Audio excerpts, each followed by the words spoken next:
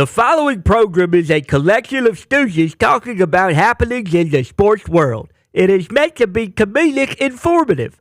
The opinions expressed on this show do not necessarily reflect the beliefs of their peers, their boss, or ESPN. There may be some cuss words because that's how humans in the real world talk. If you are young, please seek permission before watching any further. Hey. What? Let's go. This show stinks, and the fact that you listen, we are very, very thankful for it. McAfee on the line with a gorgeous assist. The all-time leading tackler for the Green Bay Packers. You ping. Damn it! Your friend tell a friend something nice could change their life.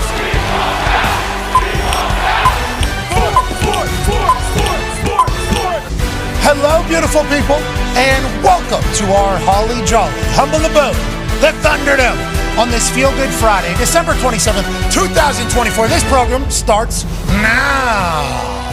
Football! It is wonderful. We're so lucky that we get to talk about it every single day, although last night was a crowd ball. Ooh. Last night, for the first time since 1980. on Thursday Night Football, 9 points or less was scored. You're talking about absolute crap. You're talking about dumpster football. Yep. You're talking about shite. You're talking about a little bit of a run here that football has had in prime time and when the only game is on at a time of just being absolute crap and devastating to watch and impossible to stay awake for. Because last night, if you were able to stay up to the fourth quarter, Caleb Williams actually had the boys on a roll. Yeah. He got them in first and 10 on a 40 with about 2 minutes left and somehow didn't gain a single yard to get them into field goal range. They were on the fringe of field goal range. That thing ends 4th and 10 with an interception happening live from his 40. And the Seattle Seahawks walk out of Chicago with a win and still very much in it. Keenan Allen, go fight for your quarterback here. Come on. Come on. Jeez Louise. That cemented a 6-3 matchup, a 6-3 win for the Seattle Seahawks. And now they're very much still alive in the NFC West battle. They got the Rams next week that they will obviously be preparing for and a huge playoff implicator. But with that being said about how football, this is staring us down over there. Whoa, wow. How will the LA Rams fare against the Cardinals team that hit or miss? Yeah. Hit or miss. Eliminated. Have a chance to be good. Had a chance to be great this year. Maybe about a year out, we'll say, for the Cardinals. Now, have we been saying that for a few years for the Cardinals? Sure. Certainly. But the way Gannon has that team operating, the way Kyler's playing, they were seemingly going this way, and then they fell into the Cardinals stuff a little bit. We think next year they'll be able to, boom, bust right through that. But in this particular case, Los Angeles Rams should be able to win that game. Then it's all down to Seahawks, Rams. Last week of the year. They're not the only one. There's a lot of games in Week 18 that have a lot of playoff implications on the line. There's a lot of things on the horizon. There's 3 games tomorrow for the NFL. Oh, yeah. That's right. There's a full slate on Sunday. Right. So whenever we say, like, hey, these games have been absolute crap, last night, Absolute shite. the worst. So bad. Is it time for hibernation? It was for us when we were watching that game. We tried our absolute best. There was even a phenomenal bowl game happening. One half of the Hammer, Dahn. Cowboys, AP ton. That bowl game was, 68 Ventures Bowl last night? which, Arkansas State won the game. Yep. Bowling Green won the highlight. Tone, what happened? So Bowling Green came on the field to punt. They trotted their punter out, but wait, was it their punter or was it their backup third-string quarterback, Seed. Barry May, Wow. who came on and threw an absolute? People were like, "Holy shit! This punter threw an absolute seed." Even the broadcast said the punter. Turns out they snuck their third-string quarterback on in basically the same uniform that their punter has been wearing all season long with the high white socks, the tucked-in jersey, all of that. They made him look like it. He had number 18 on versus the punter's number 19. Normally, the third-string quarterback, Baron May, normally wears number 8 all season long. So this was a It's a ruse. This was a ruse. This was mastercraft. Subterfuge. An act of subterfuge right there. This is what it was. So changes his number to be 18 because the normal punter wears 19. Puts the whole punter costume on. Wristband things, high tights. We're doing this whole thing out there. Jogs out there. And, I think they probably had a read on the pooch punt there. Okay, on there we go. On the pooch punt. They probably had a read that the corners would bail after a certain distance because they don't want to get a penalty. Hey, we're going to fair catch this thing, punt safe. Corners bail on gunners. Okay, just kind of, all right, let them run. There, we're not going to do anything here. Let them get out of the way. Boom. That was the perfect read on them. So as soon as he bails, that ball's coming right over his shoulder. Them having the punter not in, quarterback in, and dressing him up like brilliant. Makes you think, has anybody ever done this before? Well, allegedly, due to the studying that happened from the internet after this play went mega viral, because it was a dime and in bowl season, obviously, this is taking place. The Cal Bears did this with Jared Goff, I guess. Yes. Whenever Jared Goff was on the Cal, had him change his number to the exact number that the punter was wearing. Because in college, you can have two people with the same number, they just can't be on the same field or on the field at the same time. So this has been something that's taken place before. I love college ball. I love that this took place. And that was the whole highlight of the night. I mean, that is the highlight for football of the night. And whenever you think about all the crop that there's been, that just tells us that water has to find its level. Bingo. Has to. You know what's on the horizon, boys? What's that? In the most important time of the year, we're about to have the best ball. By far. Starting tomorrow with 3 games. Yeah. All 3 of them have playoff implications. They're going to be bangers. Triple decker. Okay, I know on Christmas there was a couple blowouts, and Pittsburgh was in it there for a bit against Kansas City Chiefs. Inevitably, they ended up pulling away, and the Ravens smoshed the Texans. And then you go to this game last night, and it's crop, and you think to yourself, why am I spending my time doing this? It's like, because these 3 are going to be amazing. That's what the law of averages tells us. How long has that been around, Ty Schmidt? You got into Harvard. The law of averages? Yeah. A long time. Boom. So that means all the crop has gotten out of the way. That means everything's going to have to go. Just like this year, we were either beating the sports book or the sports book was beating us. And we thought it was going to go that way all season. It came back. Beginning of this year, crap football. Yeah. Then great football happened. Now we're back to crap football. All I know is that that's going to have to change, and it's the perfect time to change. We got the college football playoffs coming up. We got the NFL playoffs coming up. Huge. We got Super Bowl on the horizon. We got the biggest time of year for football. And thank God these games have been so terrible. Okay? Thank God, because we're getting them out of the way. That's right. Bingo. It's just like the people that got sick already. Got the antibodies, you got it out of the way. Yeah. Congrats to you getting it done. Over at the Toxic Table at Boston Connor, how do you feel, pal? I know you were battling some demons this morning, weren't you? Oh, yeah, I feel pretty good. You know, there's nothing wrong with 5-6 trips to the toilet in the morning. Look, sometimes you're just going to have to get that done, get it out of you. But I feel great. And you're talking about law of averages. It's kind of making me think, just like the Patriots. They were so good for so long. Now they have a couple bad years. You're going to have to pay the piper. Law of averages, we're going to come right back up to where we're supposed to be, which is one of the greats of the league. And I appreciate you bringing that up, especially such a great math term, which has been around since 1870. Of course, as we Law of go. averages. Yeah, That's when it started. Yeah, fill in the blank there. Yeah. Because there has to be the dark so that the light can shine. Bingo. Yep. There has to be rain for the sun to be appreciated. Yeah. There has to be shite for there to be a great football playoff push. Exactly. Thank God it's coming. Yeah. Because if we got to watch what that was and what it has been happening, Never again. can't do it. Can't do it. I went on to NFL Game Day morning, and one of my Christmas wishes was they need better schedules and slates. No doubt. And then I talked about how networks are scared to flex games. Teams only get a certain amount of primetime games. And then if those teams flex teams out, I think they're scared to piss off fan bases. I think they're scared to piss off teams. I think they're scared to kind of ruffle any feathers. So teams are scared, or networks don't flex as often as they could, as much as fans look ahead and go like, hey, let's get this one the hell out of here. Let's get this one the hell out of here. Then there's other contracts, obviously, that are there, like the 4 o'clock time slot for CBS and for Fox. Can you necessarily get one of those out to go up to prime time? It's like, no, I get it, but there has to be an availability of a game that's worth a crop at the end of the season, every single weekend. Has to be. Can't project injuries. Sure. Can't project these types of things. But there needs to be something each week that we can look forward to that is a good game. Because what has been happening has been the Christmas game and the Saturday game. Those are 4 playoff teams. Those are supposed to be great games. Yeah, should. Can't blame them for that. Okay, can't blame them for that. But last night happening. Monday night before Christmas, too. Yeah, last night happening, like this probably crop. Probably crop. I think it was the worst. Yeah, always was going to be crop. Yeah, that's now granted. Could have seen this from a mile away. Whenever Caleb's season isn't going how we all thought Caleb's season was going to go. Now, granted, they wanted to showcase the number 1 overall pick there. Seahawks, obviously, NFC West, going to be in it. They're a team that doesn't get talked about a lot. You go back to years past. A couple years ago, they had number 1 offense in the NFL. Nobody was really talking about them. They're always seemingly in it. They kick Pete Carroll out of the door. They're still in it. So, I could see how projection schedule-wise it could be a good game. Yeah. But then early on, you see that it's not going to be. And then the Chicago Bears have now lost 10 straight games. Yep. Jeez. And we were forced to watch them in primetime. 10 straight games. We could see this coming. We could actually see this entire crop bowl game coming up few months now. We've been able to see that this was coming, and it still took place. Now, Bears could have won that game, which is why football is great. Football will always be worthy of a watch. Whenever football's at its worst, it's better than watching most things. Now, professional wrestling can catch it. Sure. Professional wrestling at its finest is better than any live sport that could take place. But football, whenever it's humming, is so awesome to watch, and I think that's why we all tune in. These numbers are gigantic that the NFL is getting. These ratings, obviously 24.1, 24.3 million allegedly on Netflix. Now, those are self-reported numbers from Netflix because they're a streaming platform. I believe Nielsen said that that's what it was, but I don't know how Nielsen would have to hack into Netflix. That's not their game. I don't know how that entire thing works. They have an alleged agreement.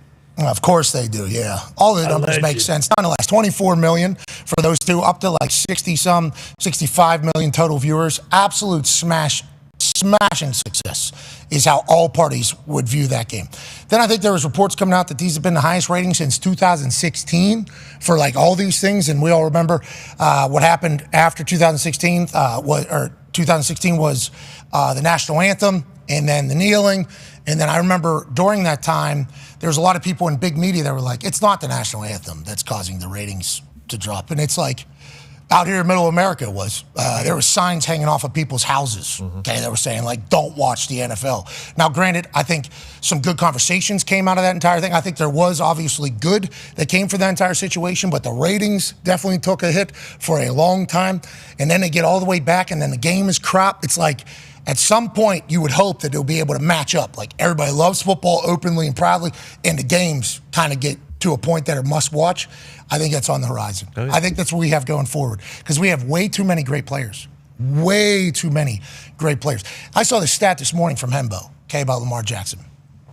You know what he's doing right now? What's that? Historic stuff. He has the second highest quarterback passer rating in a season since they've been documenting the QBR. That is thus far obviously has a game remaining.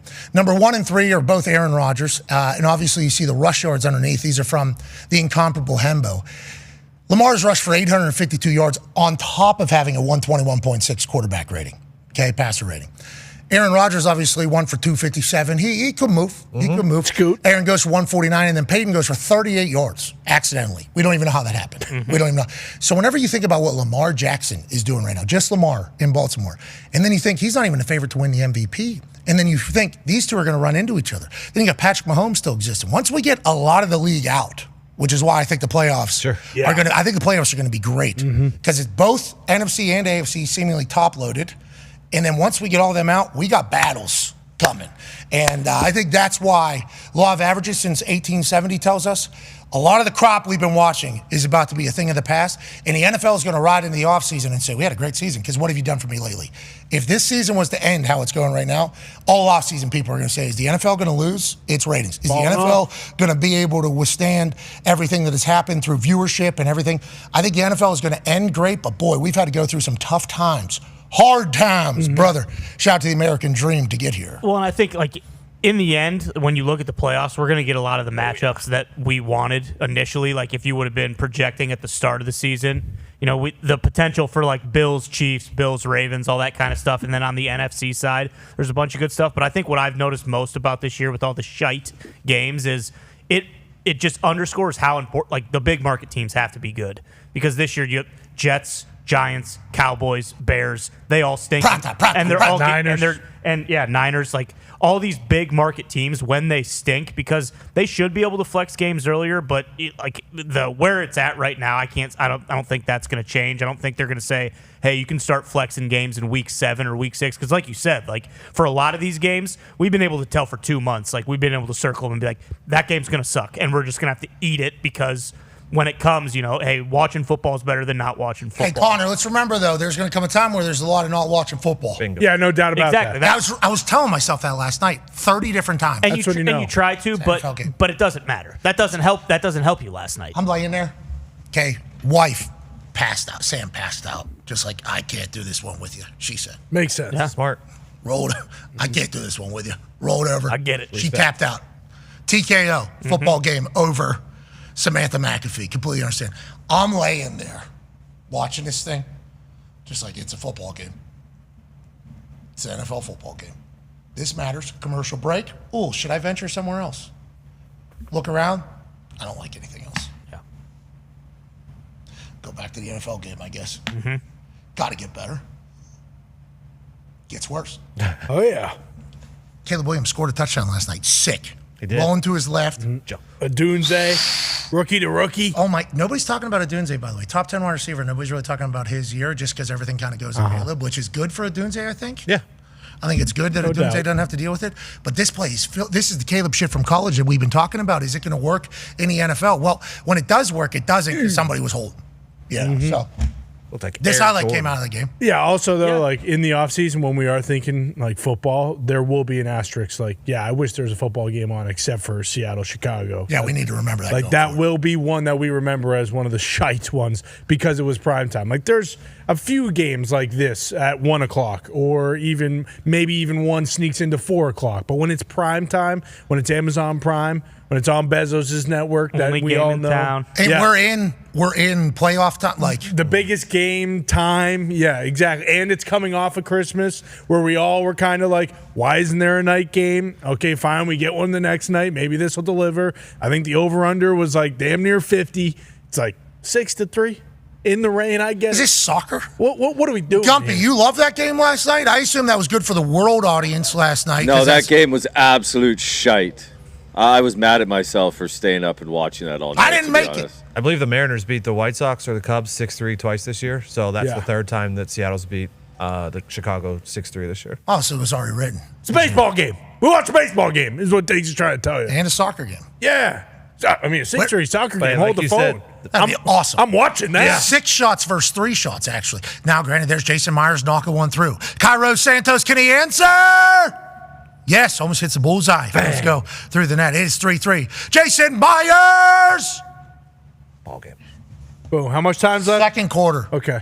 Second quarter, 6-3. Can't have it. Nobody was even Ball close to scoring either. Like, nobody was driving. And Nobody the was game, doing Caleb. shite. And Caleb got into fringe field goal range Yep. to tie that thing. Hold on. If that thing went to overtime, I would have broke my TV. Let me go to bed. Thank God that it You're saying it was holding you hostage. it was holding me hostage. It had you like this right here. If Caleb did all his cool stuff and they got another field goal and it was 6-6 and I had to watch 10 minutes of overtime, which inevitably would end in triple zeros and no more points, and it was 6-6 tie, yeah, I would have been pretty pissed. I'd probably just be at Best Buy later tonight buying a TV. Oh, because we stormed through that one. But maybe you get in a cold tub. I do appreciate Fitz and Sherm trying to make it entertaining. That was We sweet. tried. I appreciate They the did. effort, boys, trying to make that thing happen. I also appreciated a lot of their conversations. They were having a lot of, sports talk combo on the pre-show and on the post-show. I think they do a great job. Very, I don't think they're too. I like the crew. I like the Amazon crew. I think they do a good job on that particular program, and I appreciated Fitz and Sherm trying to make it entertaining. It was nice post game too that they were like, "This game sucked. Like no one gives a shit about this game. We don't have to talk about this at all. Let's talk about the playoffs and what we're looking for." We have ruined people's day. exactly. Enough here. Right. on Tell you the- what it did to me. I am heavily rooting for the Rams week 18. I can tell you that. Don't want Seahawks football in the playoffs. No, I don't want to see it. Can't have. Give me Matty Staff. Yeah. 10 times out of 10 than whatever it was last Cooper night. Cup. Poke, yeah. The that- bowl games did deliver yesterday. I mean, Pitt Toledo was like 6 overtimes. Rutgers and K-State was an absolute banger. I think like 44-41, and then the 68 Ventures Bowl. The NFL did not come through, but the bowl games kind of did. Speaking of bowl games, SeatGeek has sent over its graphic for the average resale price for each of the 4 quarterfinal games. Nice. Peach Bowl, $301. Dahn, Arizona State taking on Texas. Ohio State, Oregon over there in the Rose Bowl, which we will be live from, which is so stupid to think about on ESPN2. $480. That's pretty good. That's Not pretty bad. good price. And then Penn State, Boise, $427 down there at Fiesta Bowl. Phoenix, Arizona is a beautiful place. Penn State will fill that place up if Boise State doesn't get their people in there. Boise State will have its people in there, though. Yeah. And Fiesta Bowl, Boise State has some history. Statue of Liberty, if you do Bingo. recall, Yeah. happened at the Bransky. Fiesta Bowl. And then Notre Dame, Georgia in the Sugar Bowl, $528 average resale price. And then semifinals tickets are going for $616 and $759 respectively, Orange Bowl and the Cotton Bowl. Use PAT2024, $30 off any ticket. Now, there are some rules that apply, and I think the rules are if it's less than $30, they're not paying you. No. Bingo. Now, these tickets wouldn't obviously factor into that, but they have tickets for every live event that's taking place, every single one. actually kind of mind-blowing how many tickets they have to all the things. They also survived the worldwide live event stoppage because of how good the company is. We appreciate the hell out of SeatGeek. $30 off right now for those tickets and many other things. We got 6 crazy nights left of Hanukkah. Bingo. And I heard from Adam Schefter that they're celebrating Christmas too, Jewish. Yeah. Jewish people celebrate Christmas. For sure, Christmas, so we can celebrate Hanukkah. We got 6 more nights to buy gifts for people. Why not buy a ticket to something? And also, if you do view that particular menorah there, start on the right, working left, because that's how you read Torah. Yes. Without a doubt. That's how you read Torah. You read Torah right to left. So one on the far right there, that's night 1. Last night was night 2. And guess what's left? 6 more crazy nights. Oh. And you could buy some tickets for somebody, maybe, potentially from our friends at SeatGeek. Absolutely. And with those prices, absolute steal for a memory for a lifetime. If you're going to buy a Hanukkah gift and you're a sports fan, I cannot emphasize this enough. Do not buy anything from Fanatics. What? Do not buy anything from Fanatics because A, you either won't get it in time, or B, you're not going to get what you ordered, or C, you're going to get kind of what you ordered. You're going to get some guy, if you want like a Caleb Williams jersey, they're just going to butcher the shit out of his name, spell it wrong, put the wrong number on there. So Fanatics, once again, is kind of just, we're talking about shite football. Whoa. This is just absolute shite out of Fanatics, and I'm sick and tired of seeing this. Okay, so Fanatics is the merch company that has kind of taken over every single contract with every single league, They have right? a monopoly on, all sports memorabilia, pretty much. All jerseys, anything with any league. Anything you buy from any team store for any of the major leagues is fulfilled by and goes through Fanatics. So I would assume Fanatics responds and says, we have so many things, which I think is what their statement was. We do so many fulfillments of orders. Every once in a while, there's going to be a couple mishaps. I will speak from personal experience. We had a merch store that we still do, but we used to really push it. Everybody pushes their merch store. That's like classic digital business. Buy some merch, buy some merch, buy some merch.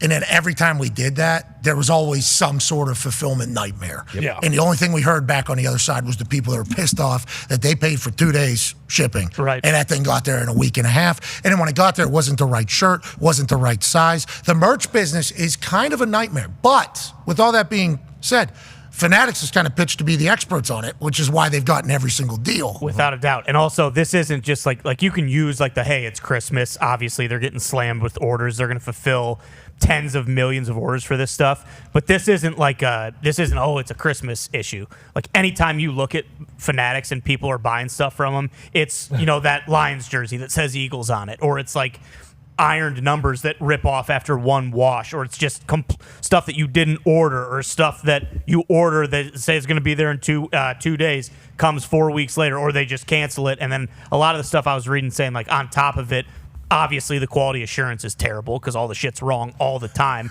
and then the customer service is you did some real too. research on this. I'm realizing that this is something. Did you happen to buy something and it not come accurately, or are you saying this is kind of crap as a sports fan and as somebody that's had jerseys before? Because that's a big part of gifting. One of the best ones. Oh, this person is a fan of this team. Yeah. We'll get him a gift. Fanatics has all of the jerseys. Right. All of them from every single sport. Everything. So when the Yankees first made the World Series before they, got embarrassed, I bought, whatever hat or T-shirt it was, never came. And just, I waited a month until after the World Series was over, and you get an email just order was not fulfilled. Okay. And I'm not going to do the song and dance. I don't want to spend 4 days going through some robot to tell me, hey, put in an order again. We'll either refund you, we'll give you 5% in Fanatics cash. It's like, well, guess what?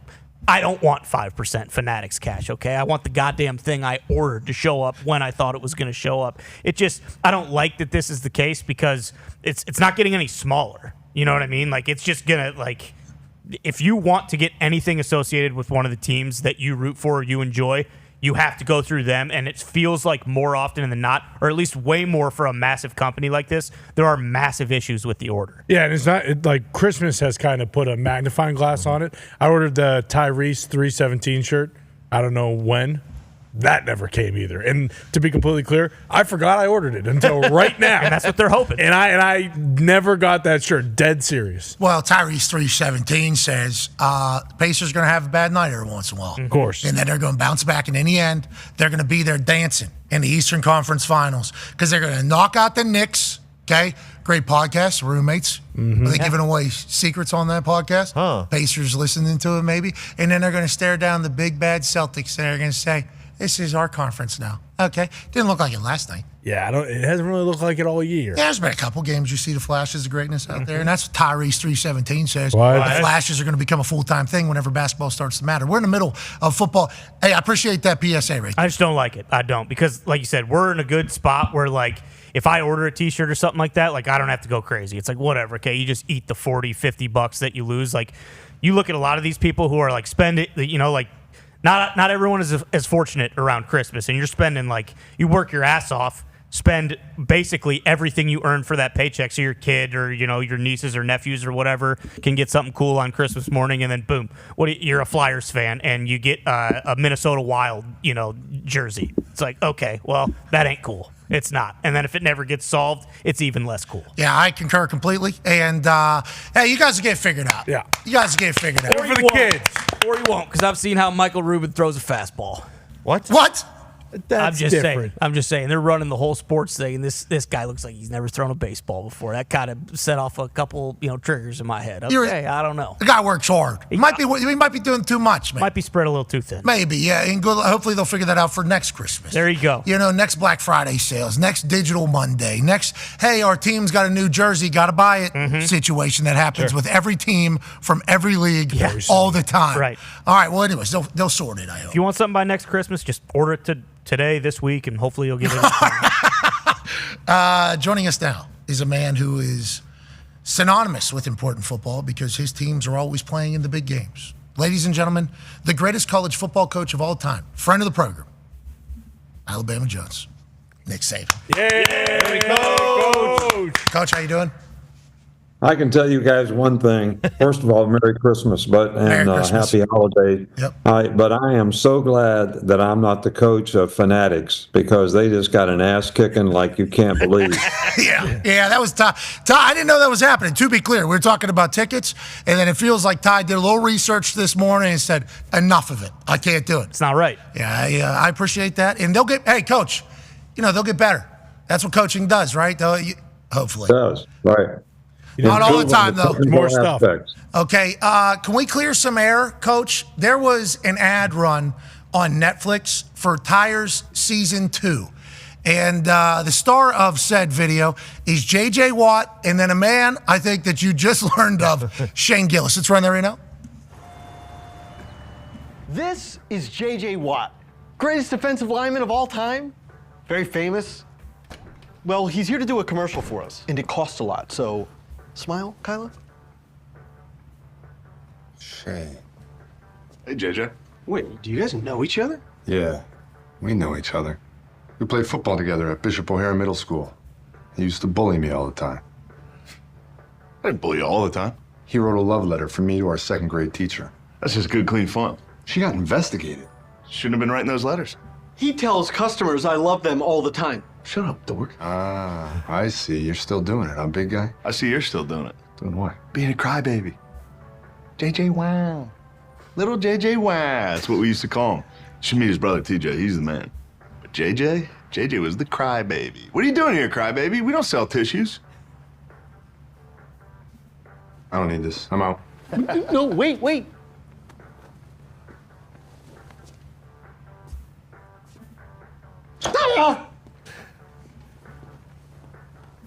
Send a check.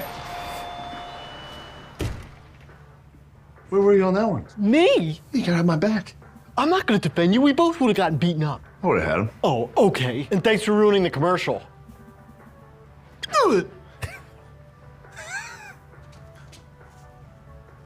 Shane. All right, so Tires Season 2 coming out April, May, June. I think you got introduced to Shane Gillis maybe at Notre Dame there, college football playoff. I feel like you thought he was actually taking a shot at your integrity, so you defended yourself. Have you done any more research on Shane, and have you chatted with him or got a chance to catch up with him since then? Not at all. Not at all. I understand he's a comedian. Obviously, he's much more intimidated by J.J. Watt than he was by me, which is understandable. And I guess you got to live with it. But we were trying to create value for players, and I think that's why we were able to recruit good players, whether it was how many degrees they got, how many guys went in the NFL, how many guys had careers that were very productive for them, and that's why we got good players. So that speaks for itself, and that's all there is to it. But, he was trying to be funny, which I get it. And, my daughter Kristen loves him, so that's kind of soothed the soul a little bit that somebody in our family likes the guy. It's awesome. I think if you would have gave him one of those, especially with that hat on, I think he would have. I think he could have got him as well. Shane, I hope you and he get a chance to hang out someday. It would be hilarious, and I appreciate that you were like, okay, I'm done with everybody saying that this is how I went about winning, too. So I think he respects it as well. Just a magical moment from the college football playoffs. Let's talk about the first round that took place. It was cold as hell, Coach. You and I both. We were freezing our asses off. And then Saturday over there in Columbus, it was cold as shit as well. It was one of those bitter, bitter cold weekends. How do you view the first round of the college football playoffs, obviously all those games? And then what are your thoughts on more warm weather climate teams having to travel into that cold as the years roll on here, Coach? Yeah, well, I thought there were some good games, but I also thought there was some evidence that there may have been 3 or 4 better teams that they could have put in the playoffs, I guess, was my take from it. I think one of the things that the committee could do is, I think you and I talked about this before, but in the old days when the Sugar Bowl wanted to see if they were going to pick you or the Orange Bowl or the Rose Bowl or Fiesta Bowl or whatever, they would come watch you play. So at least they could eyeball the team and see what kind of team, what you look like on the hoof, especially in the line positions, because those are critical matchups. And then they would decide how good the teams were based on that. But you got to get out of the conference room to be able to do that. But I think that would be helpful in the future. Less emphasis on how many wins and more emphasis on who you beat. So that's my first take.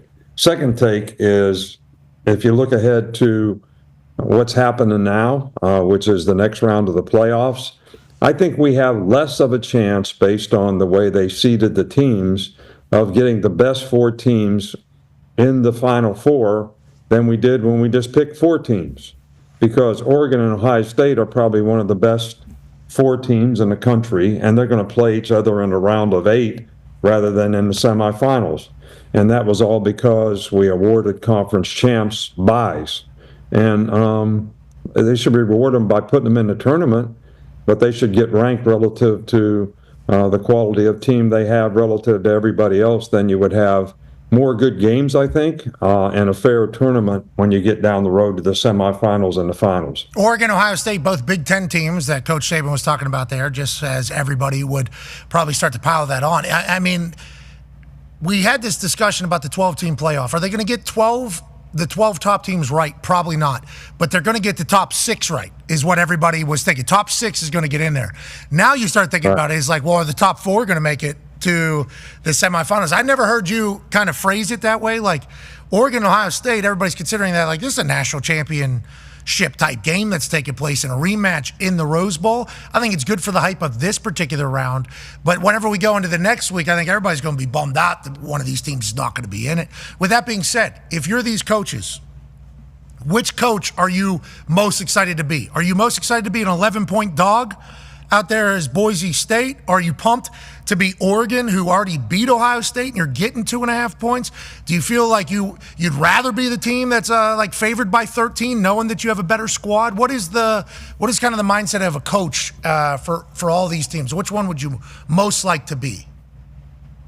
Well, I do think if you look at the gamblers' records on how they pick these lines on these games, they're right more than they're wrong because they're in business. So I always rather be the favorite team. That means you got better players. So if you do a good job getting your team ready to play, you're going to have the best chance to win. But one point that I never hear anybody talk about, everybody talks about what is such a great advantage to having a bye week, which I think it is from a health, recovery, wellness of your team standpoint. But I always thought the biggest issue, and I heard you guys talking about a couple of these bowl games that happened yesterday, and high scoring, crazy games. When you don't play football for a long time, the one thing that it affects is your ability to tackle, which really affects your ability to play defense, which we saw no defense yesterday. None. I mean, whoever got the ball last wins. And so it's exciting for the fans. But if you're a coach, it drives you crazy, because how do you manage a game when you know you can't stop the other team? But I always felt like, how do you practice over this long period of time from, 2-3 weeks, 4 weeks off? And you don't want to tackle guys in practice and get your own team hurt, so you don't tackle that much. And then you get in a game and you miss a lot of tackles. And you don't play the way you should play on defense. So I think that's something to probably watch with all these teams that had buys.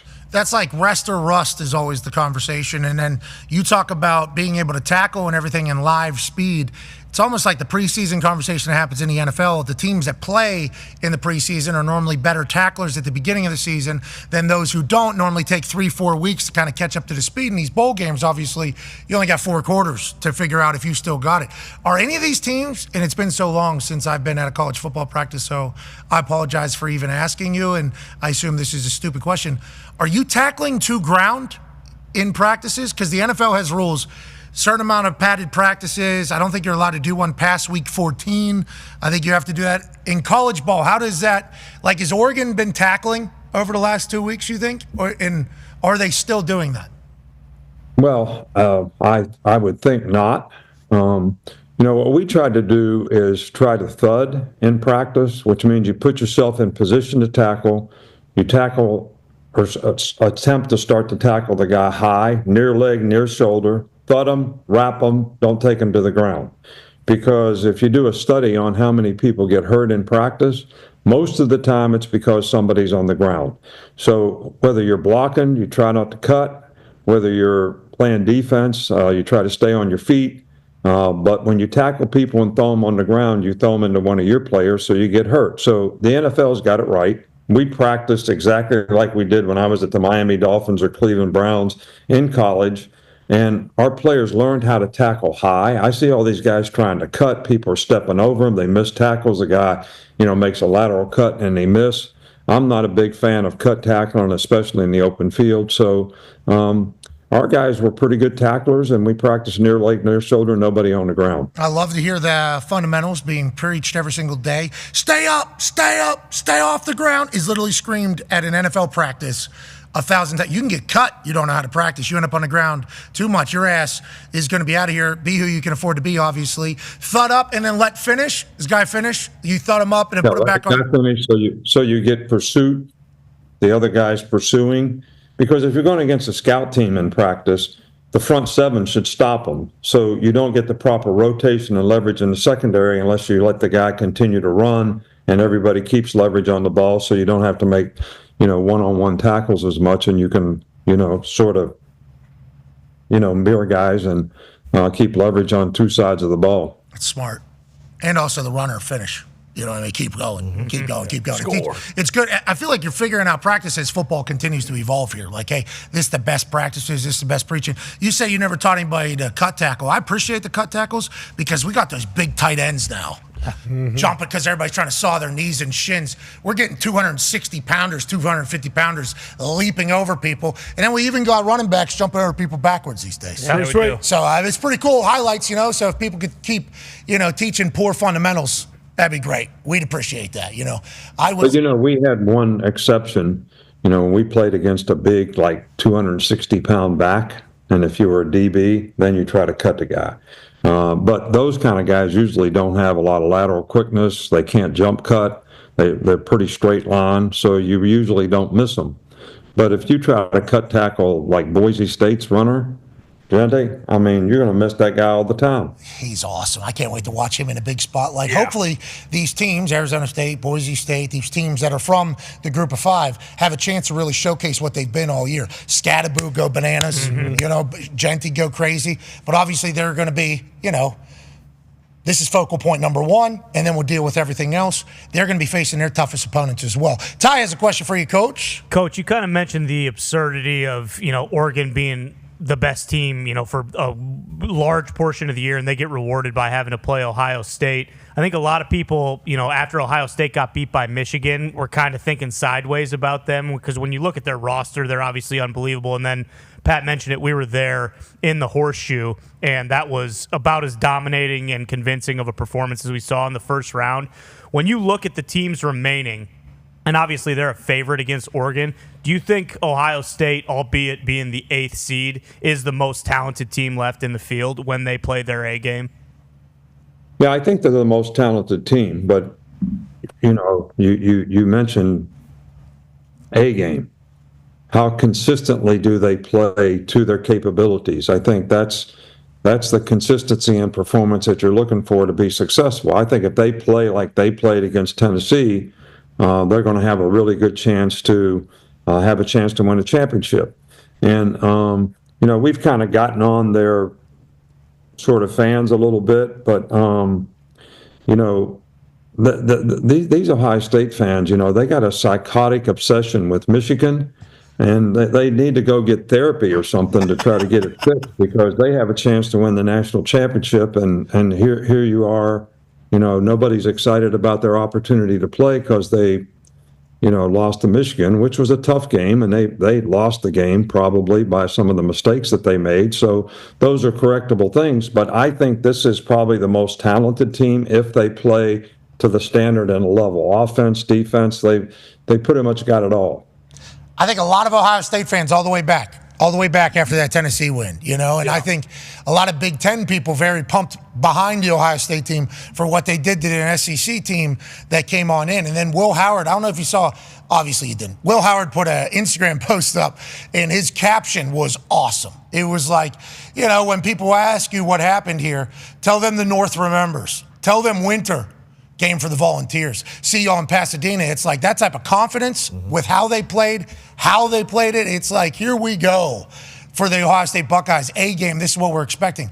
But boy, if they drop off, after that game being a possibility, it's going to get so loud. See you later. But to be clear, one of the things, Pat, that I like to bring up here is, it's so hard to deal with success. And when you have a successful team, success is not a continuum. And you've heard me say before, people who think what happened in the past is going to affect what happens in the future. It's just human nature. All right, but when you have something bad happen, and the criticism that they had after the Michigan game, there's a psychological motivation to go out and try to prove yourself and prove everybody wrong and have the disposition that you need to play great football, and they certainly did that. Now, can they continue it through the playoffs? The Ohio State fans are saying exactly, Coach. Exactly what you just said. If we weren't as harsh on this team, they wouldn't have been as ready as they were for the Tennessee Volunteers. But with what you said on game day, I think is very accurate. It's like a team can feel if a state's behind them. And I feel like after what they did, second half of that game, it just felt like, Ohio people are pumped about what this team is and how they represented the state. I think that's why Ohio people react the way they do, because it's like, that's not how we are. That's not who we are. We don't do this. Their passion is obviously something that is, aggressive in some particular fashions, but that's why they are Ohio State. That's why they have the biggest, facilities, and they have the roster management that they can have, and they have the alumni and the boosters and 105,000 plus every single week. It's like those things are all positive if they are. And I think after the Tennessee game, it's very, very, I think Ohio's ready to go on a run. I can't wait. And Pat, all the things that you said creates an expectation and a standard. And if you don't play to that expectation and the standard, you're probably going to get criticized, and you need to know that before you get into Briar Patch, because that's the way it is. That's the way it was here for years, at Alabama. And every time we lost a game, the dynasty was over. These guys have had it. They're done. They'll never win another game, never win another championship. But you can't be affected by external factors. You hear me say that all the time. Yep. I do appreciate the fact that they called for your retirement and your team being dead so many times, and you coached for another 10 years after that. It was the same thing that was happening with the Patriots. Oh, yeah. They're pulling up clips from the Patriots like 2010, people being like, Tom's done, Bill's done, congrats, Hall of Fame career, he's won enough. Guy won 3 more Super Bowls after that. Went to 5. They're always expecting you to be done until your next move, and it's like Ohio State lives by that every single. Oregon, though. I'm the only undefeated team. Yeah. Only undefeated team. Just waiting out there at the Rose Bowl. That's going to be a good one. Underdogs. To your underdogs. Undefeated. After already having to win undefeated, they're the Big Ten champs. Ohio State's in Big Ten country. Wow. Dan Lanning's got a lot he can pull from. So can Georgia. Georgia's in an interesting situation, obviously, with how their season ends as the SEC champions. Go ahead, Tone. Yeah, Coach. Obviously, Carson Beck is out. Gunnar Stockton is in. How does the game plan change for Kirby going into this one, or do you think they'll run the offense as normal? Do you know anything about Gunnar Stockton coming out in the recruiting process or anything like that? Yeah, Gunnar Stockton's from Raven County, which if you don't know where that is, that's up where they made Deliverance, which is the old, movie, which is where my lake house is. So I've known this kid since he was 8 years old. Okay. I watched him all through high school. We recruited him here. He was probably always wanted to go to Georgia. But if you watch the second half of their game against Texas in the SEC championship game, they changed nothing. The first 2 plays the guys in there are passes. The first one incomplete, the second one a good throw and a completion. And one thing he gives them in addition is he is a little better runner. I can't sit here and say he's a better thrower, but they did not change their offensive strategy at all in the second half of the Texas game. And they actually moved the ball better in the second half than he did in the first. So I think they look like they showed confidence in the kid by the way they played. They weren't trying to protect him in the second half of the game. Well, he wasn't protected on that one particular hit. Lost his helmet, got bent back like Gumby, and bounced right back up. The guys from the Deliverance Hills of Georgia, that's where your lake house is? You're heading right into, is that real? Yeah, I can take you to the house where they filmed it. No, I'm okay. You're okay? I'd rather not. These demons that you bring to me, you don't want to go see my demons? Bringing O's in my life, I can't figure that guy out. Man. Hey, that was wild, wasn't it? I mean, we forget there's so many things that happened in that 5-hour run on Friday and then the 3-hour. O's was crazy. You were right in the middle of that, Coach. You were right in the middle of that thing. And I'm still trying to figure out how he did that. What's wrong with that guy, you think, Coach? Legit. What do you think is wrong with that guy? I'm wondering. I don't know. I almost think he's got to be a little bit of a mind reader, which I never believed in, but it seems that way. It freaks you out, doesn't it? It freaks me out a lot. Like, I was right in the middle of a few of his tricks, and like when he tells me to close my eyes and cover my ears, I had earplugs in, I had earpieces in, so I could hear everything. Sure. When he put his hands over my ears, actually, I could hear better because it was the speakers were in my ear. But then as I'm sitting there, I almost get lost in the situation, and then I just literally think of myself doing the "What's that coming down?" And then I start thinking, "Wait, is it who's that coming down?" That's the conversation I start having in my head. Okay, that's the whole thing that starts happening. So then he's like, "What school did you think of?" I was like, "Well, I didn't want to ruin it and say I didn't think of a team. I thought of a chant. So, but it was associated with the team Georgia." And then Herbie has the Clemson thing, and I'm like, we just ruined this guy's entire career right here on game day. It's like, thank the heavens that it's not my career that's getting ruined here, but I certainly ruined it. You know, I wasn't supposed to do that. And then he has the shirt and a 34-3 with the 3 of spades, which was on, but that was a lot of shit. Yeah. That was a lot of shit, Coach. A lot. To come into one. Way goes. Yeah. Way goes. You freak. Don't let him in your house, though. Yeah. No. You don't do any of those tricks in your house. No. Those were all public appearances you do with those, right? Right, Coach? That's right. Same as a Ouija board. You treat O's like a Ouija board. Bingo. Yep. I think that's a really good call there.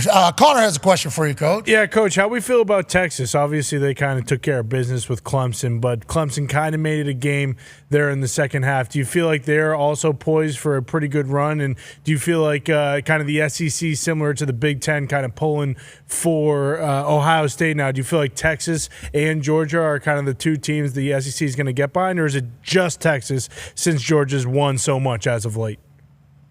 No, I think Georgia knows how to compete. They played in a lot of these games before. I think that's really important from a player standpoint and a confidence standpoint that you know you can go win these kind of games.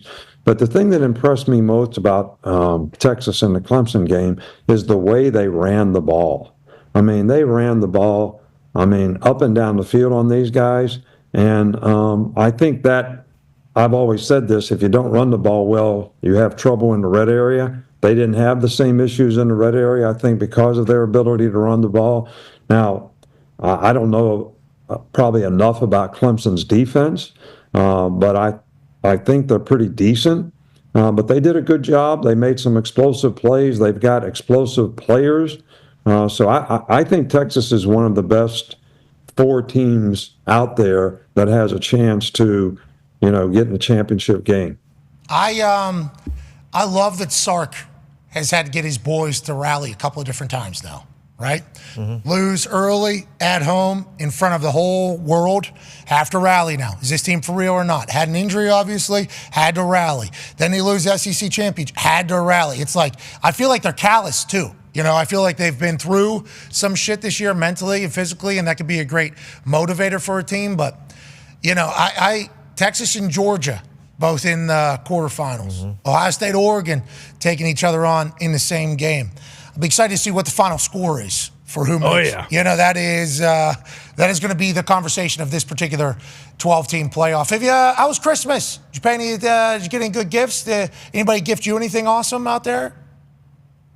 Yeah, I got a new hat, which, I'm not willing to unveil. It's going to be a big secret. Ooh. Kristen got me a new hat, so.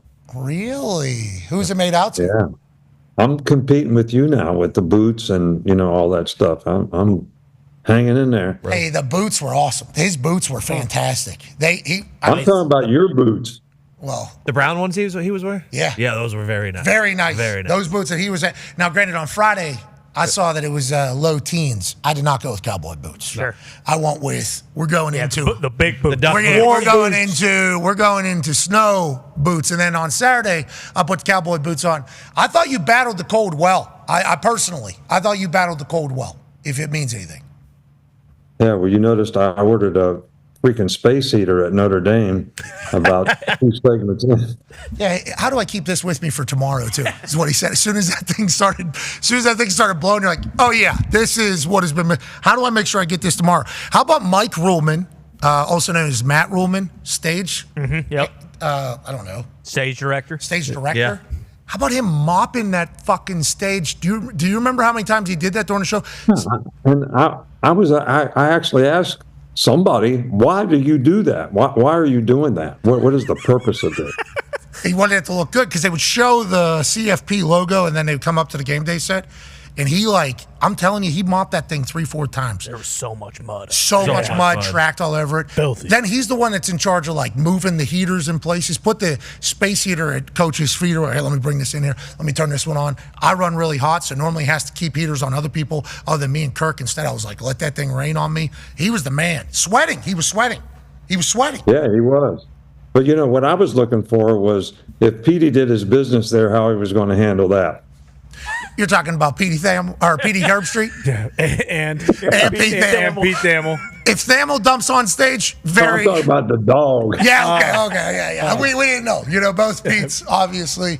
Yeah, if Pete Herbstreit dumps on that stage in that weather, I think it's good because you can pick it up because it'd be ice cold. Yeah, it'd be freezing. The heated poop is the one that gets a little sloshy. Yeah. I had to do a little, all right. I appreciate you, Coach. He got out both days. Yeah, Pete was running wild, brother. Yeah. Pete was running He had wild. to do a lot of reporting. Did you hear about this? It was all over the internet. Pete was Pete Herbstreit. We're not talking about family. Oh, okay. Pete Herbstreit. He was running wild on Notre too. Dame's campus, and I think at Ohio State, same exact thing. He was down on the sideline near us during our watch-along megacast thing, and somebody told him to move. Who are you talking to? No. This is Pete Herbstreit. I'm locked in right here. He flexed on this person. It was awesome to watch. What a dog. Yeah, literally. See you out in Pasadena, brother. All right, look forward to it, man. Have a happy new year. I hope you had a great holiday, guys. Thanks. Appreciate you. We love you, Coach. Ladies and gentlemen, Coach Saban. Hey, Coach. I'm excited for Coach's party on New Year's Eve he's throwing at that hotel room. Yeah, it's very nice of him to front all the costs for that. Yeah. It's very kind of Coach Saban to do Gonna that. drop the ball with Coach Saban. All his friends, he's doing the countdown, right? Yeah, He's like Ryan Seacrest. Exactly. Up there. Yep. He's doing a full-on, all right, 10, all right, 9. Yep. I think McGee's co-hosting with him. Saban and McGee. Saban and McGee. Yeah. New Year's Eve. Oh, that's the dream. That is a dream. It's going to be tough for Pasadena. I wonder if they'll do it in that one hotel room. There's like a hotel out there that is, I don't know, from the 1400s, maybe 1200s. Sure. Is that the one I showed up to and you guys had been there all day? Maybe old. Watching games. Was that Pasadena or was that Santa Monica? Okay, it might have been Santa Monica. Yeah. Yeah, you're talking about Santa Monica. Yeah. Pasadena has this hotel. It's like very, very old. Like, I think iconic. Dare I say iconic is what it is. The amount of history and everything that's there. And if Saban was to go right from the middle of the lot, there's like an open. Oh yeah, courtyard In the middle of that whole thing. Now we're piecing something together. Yeah. Maybe we should try to put Something this to think together. about. Coach Saban live on New Year's, countdown, drop the ball with Nick Saban. Why not? Holy hell. I'm there. Pete Thamel would do a live hit or two. He would. A couple breaking news. I didn't know if he was referring to Petey Thamel or Petey Herbstreit there when he was talking about dumping on a stage here. And I know Thamel's never dumped in public, I don't think, but just the thought of him whenever he said Petey is good for Thamel. I don't know. I bet Thamel's a sneaky shitter. I bet you he has quickly dropped his pants. Yeah, I could see him dropping trowel on stage, no doubt. Just real quick. I don't know. I think Pete eats a very healthy diet. Sure. No doubt. Yeah. Sometimes very low carb diet, not a lot of sugar. I've never seen him eat, actually. Does he eat? Does he have a Pellicero? He has his shoes untied, which is the most, I was very surprised when I walked and saw Thamel's shoes untied. Too tight, can't think properly. Well, thinking goes back to, is he plugged in? Is he wired in? I don't think he's wired in. I think he just he has his phone attached to his ear all day. So Schefter has the NFL, and he'll dabble in college football with some college basketball beef every once in a while. Yes. Ian Rappaport, I think he has NFL. I don't think he really ventures out of there. Shams NBA, but he'll dabble. If an NBA owner is a part of the NFL, he'll dabble in some NFL stuff. Pete Thamel has to know 130 assistant coaches across college. By far, the vastest. Yes. I don't even know if that's a word. Oh, yeah. The vastest amount of humans that he has to keep up with. He's college basketball, too. He broke the Jim Larinaga news yesterday, which was huge news, obviously. Yeah, he's just not Miami's coach. Who they went to, I think it was the Final Four last year. Just middle of the season this year is just like, I'm done. The transfer portal sucks. I quit. Oh, really? Yeah. So that's happening in basketball as well. Yeah. College basketball season's almost upon us, right? Almost. Yeah, conference I think plays. they pretty start much. February 10th. It feels like it's been more successful early than the NBA, and maybe that's because we've been talking about it a little bit. But I feel like I've watched more college. Yeah, are we very selfish too? It's just what we talk about, we think. There's a chance. There's a chance. I checked yesterday. The NBA, NHL, college basketball all start February 10th. I would like to say this. It does, doesn't it? February 10th is the starting date for those ones. And Kevin Durant acknowledged the ratings being down and stuff. So that they all did kind of. Yeah. LeBron did. Kevin Durant did. I think you'll hear Steph Curry do that as well. I think Adam Silver maybe gave a little bit of a, hey boys, this is all happening under your watch, kind of. If you want to, kind of tighten back up a little bit, maybe do a little bit more interviews, maybe showcase a little bit more, maybe become a little bit more. Hey, we're a great league. I think that helps. Yeah. I think people like watching people that they like. And I'm not saying those guys, we don't like them. I like them. Love them. I'm just talking about the audience and the crowd. You very rarely see them do any interviews. Yeah. No. Very rarely learn anything about him other than 20 years, this guy, 18 years. Yeah. It's like, let's learn a little bit. Yeah.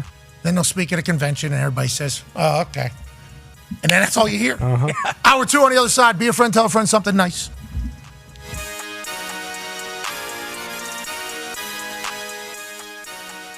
Belle Sessions, who got here at 3 a.m. this morning, was the winner. Her ticket was pulled, and you thought to yourself immediately, what, Belle? I knew I couldn't do it, and he was next to me, and he said that he could, so we're splitting it. Okay, so Belle Sessions made the decision to talk to my man, Henry Silver, who Henry got here yesterday at 6 p.m. He's been waiting for this moment. Now, Henry, you told her that you could make it. Why do you think that's the case? Have you ever kicked a ball before? I've kicked a ball before. I've played soccer my whole life. I think I can do it. This kick is for $150,000. You said you would split it in half, right? Okay, so let's make it $200,000. If you make it, you will both get $100,000. Where are you from, Henry? I'm from Fishers, Indiana. Who's your favorite NFL team? The Colts. Hell yeah, dude. Hell yeah. Come on, bro. Hell yeah. To hell with the Falcons. That was rude. They didn't deserve that. I like that. Henry, 33 yards, 100,000 for you, 100,000 for her, $200,000 to hurricane relief, 400,000 on the line. Henry, are you ready? Of course. Have you ever said anything bad about kickers? Of course. Shut up. Let's go. Now, here in Athens, Georgia, it would be beautiful if $400,000 would be up for grabs. Why don't we double it because the Georgia Bulldogs. So, $800,000 kick right here, Henry. But what I want to let you know is you're not getting a second opportunity. I don't care if this entire place starts chanting for a second kick. One kick, 800,000 racks, 400,000 to hurricane relief, 400,000 to you two split, 200 grand each. Henry Silver from Indiana for Bell Sessions. Let's go, Henry! Oh my!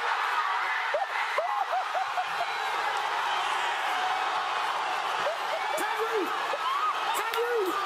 Come in, buddy! Come in! Let's see this. Let me see this, Henry.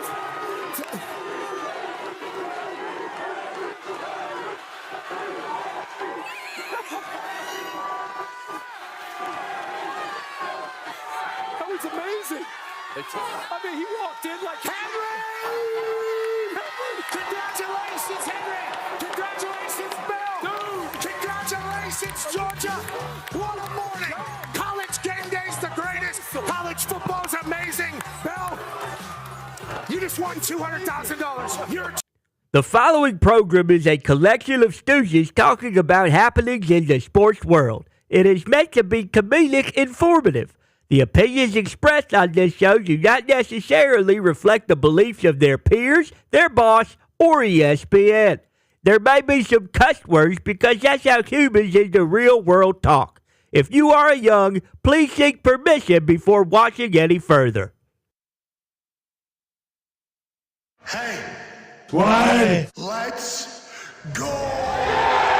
This show stinks, and the fact that you listen, we are very, very thankful for. McAfee on the line with a gorgeous assist. The all-time leading tackler for the Green Bay Packers. You pig! Damn it! Be a friend, tell a friend something nice could change their life.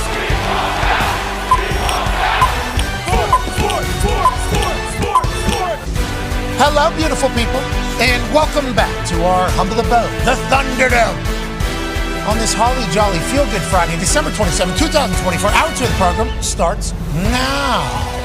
Football is wonderful. We can't thank you enough for allowing us to talk about it every day for a living. The Talks the Tables here at Boston Connor and at Ty Schmidt. Ty, how about the performance here from Boston Connor, who was dumping and puking before the show? Now he's been locked in and affable, if you will. Legendary. Absolutely legendary. I've been there before. I know how hard it is to come up here and, just go, not even go through the motions, but you're thinking the entire time in your head, I might poop my pants in 10 seconds here. You've sat in his skivvies. I have. And it's not fun. It's not fun, but when you go through something like that, when you make it a full hour and you unload during a commercial break, but slay that proverbial beast, then make it. I mean, that's what tough and gritness is all about. Let's go to one half of the hammer. Dahn. Cowboys, fresh out of Pittsburgh, Pennsylvania. Tony, have you been seeing what this man has been doing over here? Yeah, and you looked at him earlier today and you said, "Do you need to go home?" And someone said, "Connor, you should go home." And Connor looked at him and said, "That's why no one will remember your name." Who was that? That is true. I don't know if it was Bone. We'll remember Bone's name because Bone actually brought this he did. to Boston Connor. Connor said, "This is what I do." Bone was actually the Paul Revere of this particular message to Boston Connor's insides. Just yesterday, he was, one if by land, two if by sea. I'll be over bringing this with me to Boston Connor's intestines. And that's how he's living right now. So we'll remember Bones. You didn't say that, though. I didn't say that to Bone. And I appreciate the sentiment you guys are putting across here. But, I mean, you couldn't fit a quarter through my butt cheeks right now. They are So he came clenched. by sea. What? A lot of two. Yeah. One if by land, two if by sea. Mm-hmm.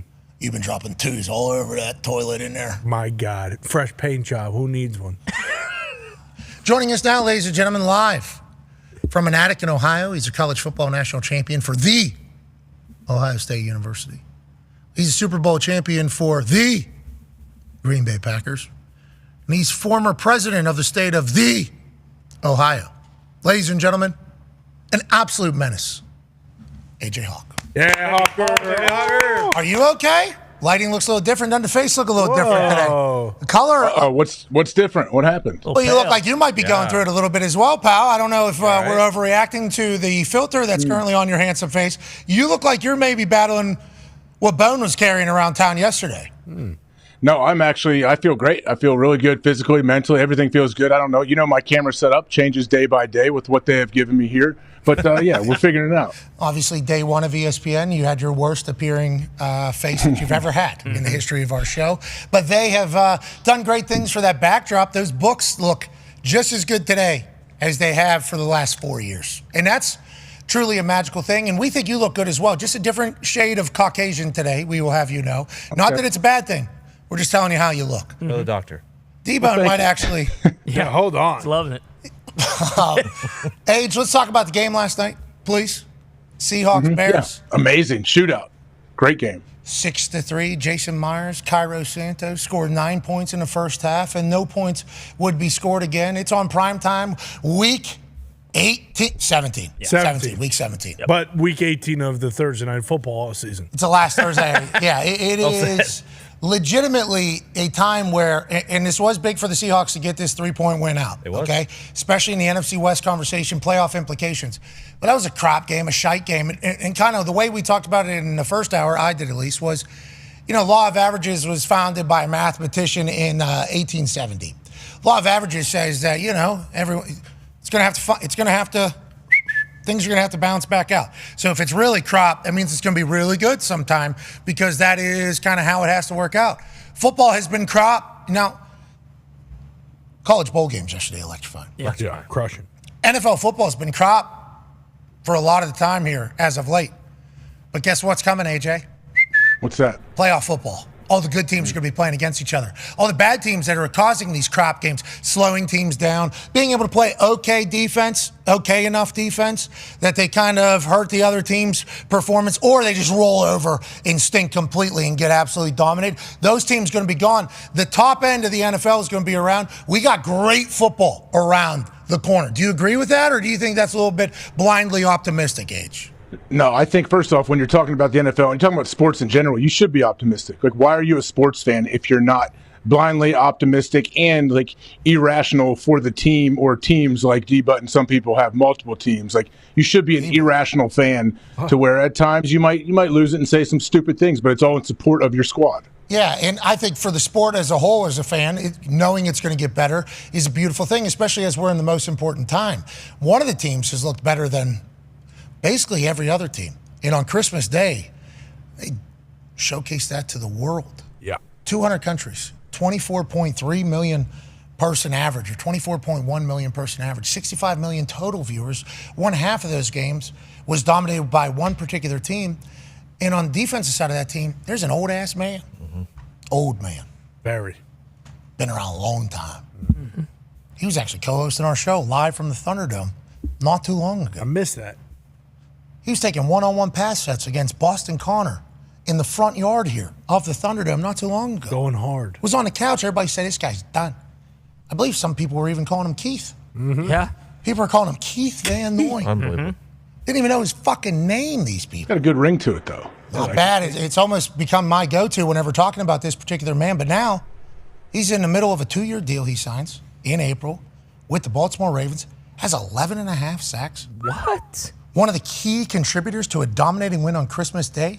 Ladies and gentlemen, Santa Claus, Kyle Van Noy. Yeah! How you doing, man? Man, it is so good to be back with my boys, bro. I hope you're doing good. But hold up. I ain't old. I'm wise and I'm experienced. There we go. Yeah, he's a veteran. He's experienced. He's not old. No, he's just been in the game a long time, but he's feeling spry, looking spry. Hey, you're playing spry as well. What has it been this year? Another year in the system, kind of understanding the defense, understanding the guys a little bit. What do you contribute your success this year thus far to? Great dancing. I think it's got to be Lambo, right? Is Lambo in the building? Oh, geez. Well, he's down in North Carolina. He went back to college. He's general manager down there in college. He did say he got the check from Billy B over there. That's why he ran over there for that check. We know Lambo. Shout out to Lambo. Love Lambo. Honestly, this season's been awesome for me playing. Just being around a group of guys that have been there for so long, that have been going through it, just trying to help out as best as possible. And then for me, I've always known I could do this. In the last 29 regular season games, I got 20 and a half sacks. Ooh. So it's something that I've always been confident in as a player. It's just been able to be put on display now. I've just been able to focus on rushing. I've played multiple positions my whole career. I've had the green dot. I've played off the ball, on the ball. And now I can just focus on rushing the passer. It's been awesome. I've been watching a lot of players in the league, a lot of good edge rushers trying to steal some of their moves because they're working. Some players I can't do what Myles Garrett does or TJ Watt, but I try to do my own thing, have my own rhythm, beat to my own drum, and just come in and be ready to go every single game. Bring that old school mentality a little bit. I'm not shaking hands after games. I'll see you after, I'll see you in the off season. I'll give you a phone call, whatever. But I'm just bringing that attitude back. I'm not trying to be your friend out there. I think people are too friendly. I'm trying to just win. Yeah, and you're an old man, yelling in the clouds in this particular. Yep, veteran, wise, doing that. Feels like that particular organization is a perfect place for a guy like you, though. Legitimately, especially after watching Hard Knocks, feels like John Harbaugh in the Ravens organization want to be known as that type of team. Do you feel that from within? And how do you guys feel about this particular squad this year? Yeah, that's you just hit it right there. They do enjoy bringing veteran guys in like myself. They took a chance on me, and I told them I was gonna do what I did, and I feel like they've been happy with it. And so it's just continued to help out the younger guys too. I'm really excited for Odafe Owe, who's having an awesome year. He's one sack away from joining the 10 club sack. We're having 2 double-digit pass rushers within the organization of the Ravens for the first time since 2014. So his ass better be getting to the quarterback against the Browns. Yeah, that's for sure. And just Nnamdi Madubuike, I know his sack numbers aren't up. I think he's had like 6 taken away with flags this year. So he's doing really well. Travis Jones is coming on, Michael Pierce. And then the thing that's helped us a lot is the secondary. Secondary's been holding it down. Kyle Hamilton, he's one of one. He's an avatar back there.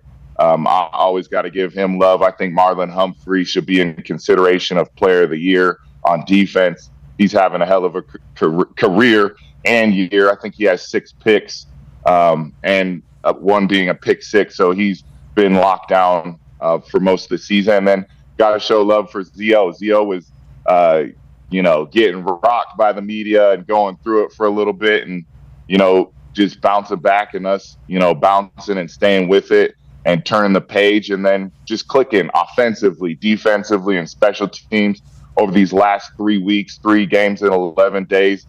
We won't talk about it. We know it's BS, but we did it. We went through it, and we came out, and now we're leading the division, which is one of our goals. Everybody that's a part of those 3 games in 11 days, especially this late into a season, thinks it's absolute crap and absolute shite. You guys dominated your 3. Coming off the bye, obviously, you guys have looked like the best team in football at this point. I mean, just so good. No. We can't. Whoa. We got to pump those brakes.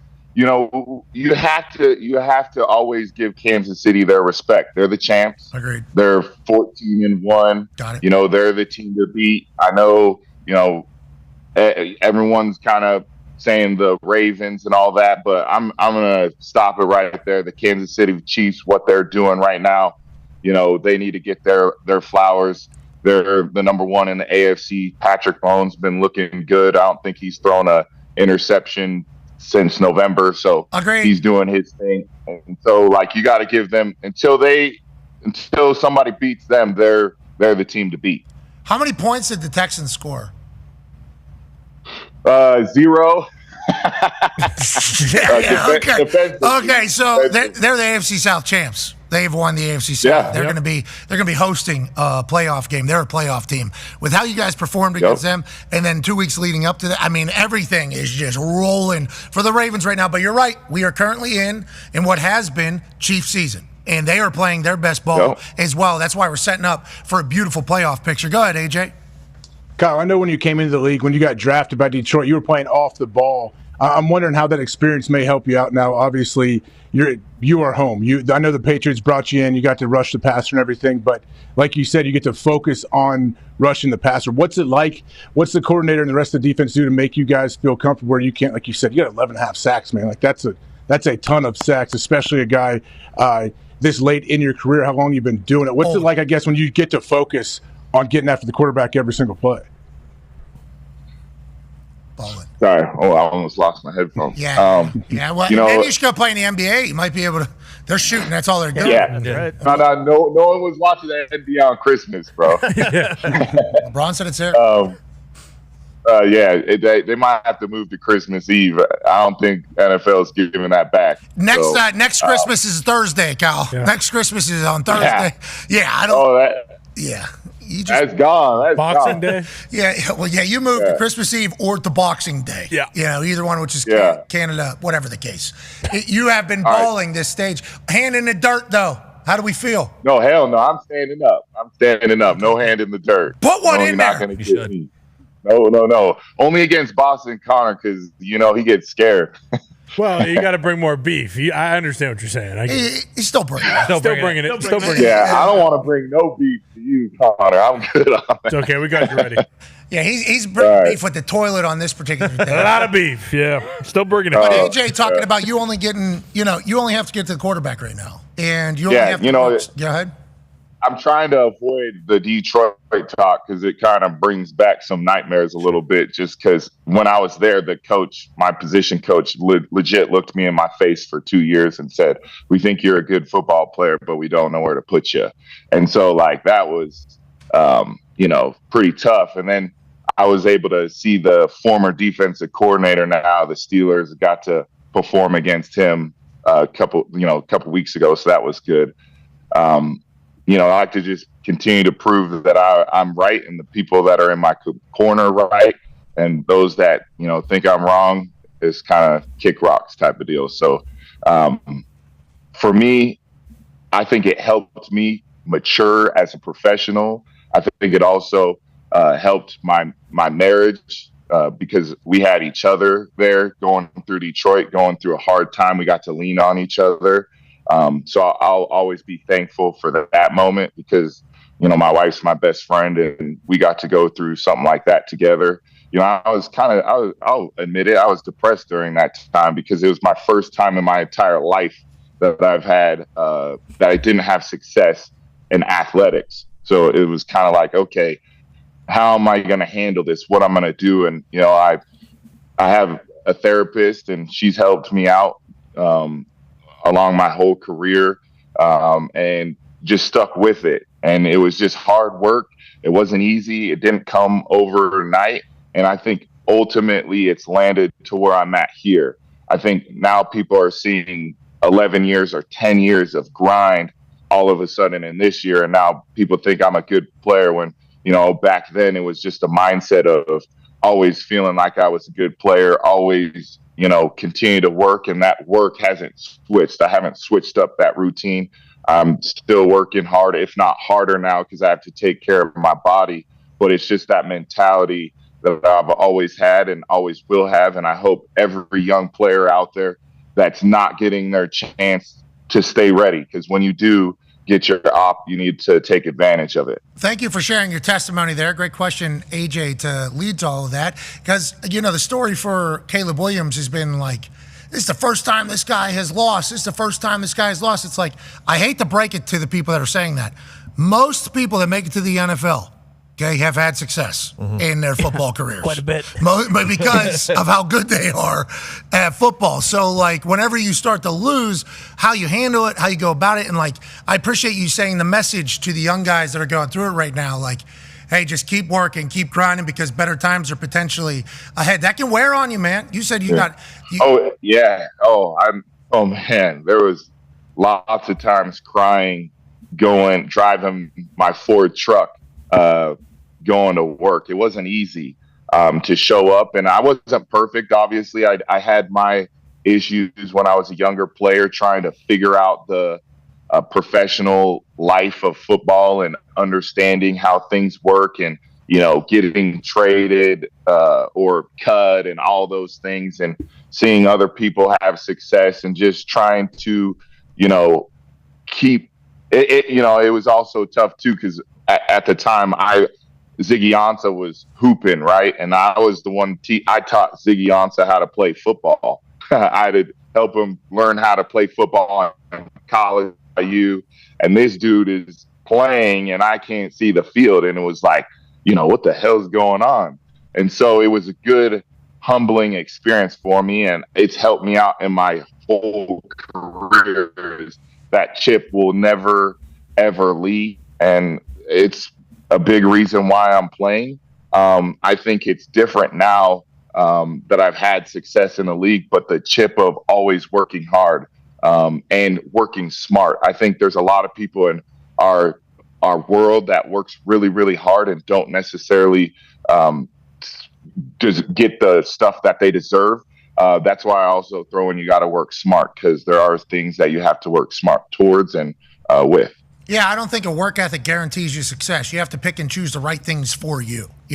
Like I don't think if I would have worked my ass off at basketball, I would have became a 6'6" guy that get knocked down shots. Like just because I had a work ethic doesn't mean that that's going to work. But if you find what you can accomplish and work your ass off towards it in a focused way, normally good things are going to come. The work ethic is the most important part behind it, and also your mindset and your framing, which I think you chit-chatted there about how you've had to kind of go about framing everything, because any adversity can be an opportunity, right? I mean, it's an old cliche because it's a reason. Like, hey, are you going to let this beat you, or are you going to learn from it and take it with you going forward?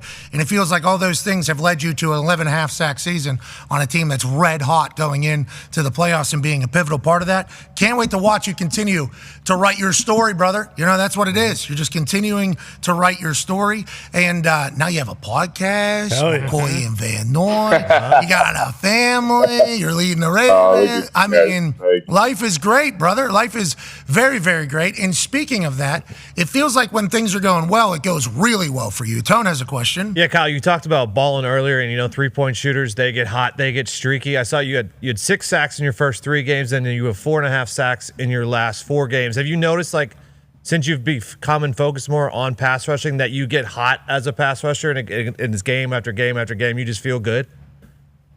That's a really good question.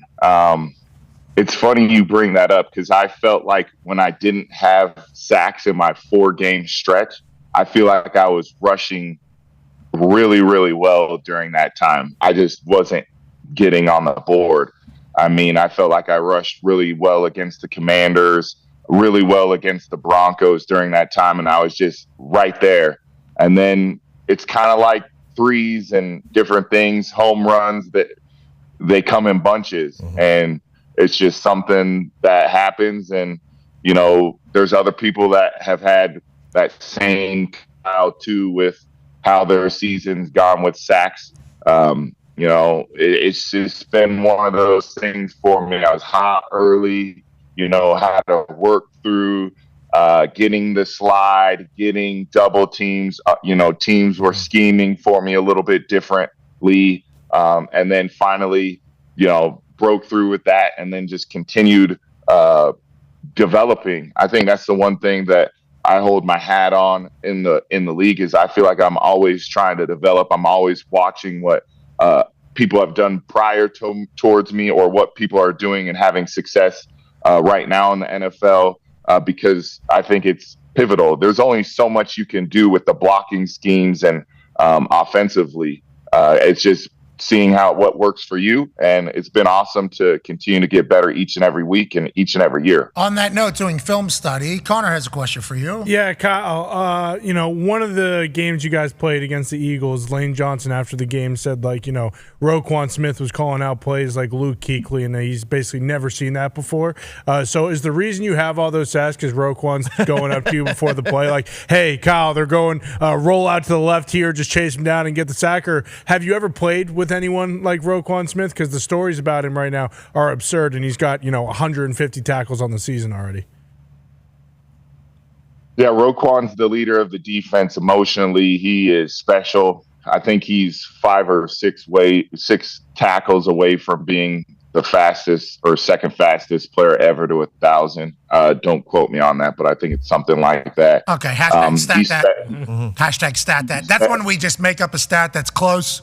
Hashtag stat that. Yeah. Somebody would do the research. He's special, though. He's similar into the born-to-play middle linebacker like Hightower, Dante Hightower, where they just have this intuition, this feeling, similar to Ray Lewis when he played, where they just know football so well that they're able to take what they see in film, or not even watching film, but just look at what's going on, take a snap photo and be like, all right, this is the play. This is what they're doing. And it's been awesome to be a part of Roquan Smith, his career, just being a little spoke in his wheel, because, he's going to be a Hall of Famer, in my opinion, if he continues to keep what he's doing at this high level of play that he's got. And, they have such an amazing core with the Ravens that I don't think it's talked about enough. You now have a young Nate Wiggins to go along Kyle Hamilton, Roquan Smith. You got Adafe. You got Travis Jones, Namdi. So many good players on defense as well as offense with their core. I just have a feeling that the Ravens are going to be tough to deal with, not only the rest of this year, just years to come. Zach Orr, you mentioned Zio earlier. He's 32 or something like that. 31. Yeah. Defense coordinator. Yeah, he's younger than me.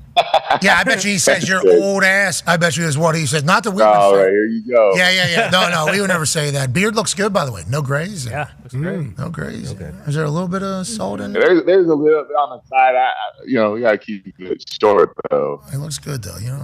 Playoff beard, maybe. Ooh. Maybe we get a playoff beard. Maybe a big one. Yeah. Uh-huh. Nah, that's only Julian Edelman. He looks stank with that, so I'm good on that. What? Julian, handsome lad, isn't he? Yeah, he is handsome, but I'm talking about when he gets that bushy beard, Think strong. Yeah, that is a powerful beard. Also, happy Hanukkah to Happy Hanukkah, Julian yeah. Evans. 6 crazy nights left. 6 crazy nights left on the menorah, obviously.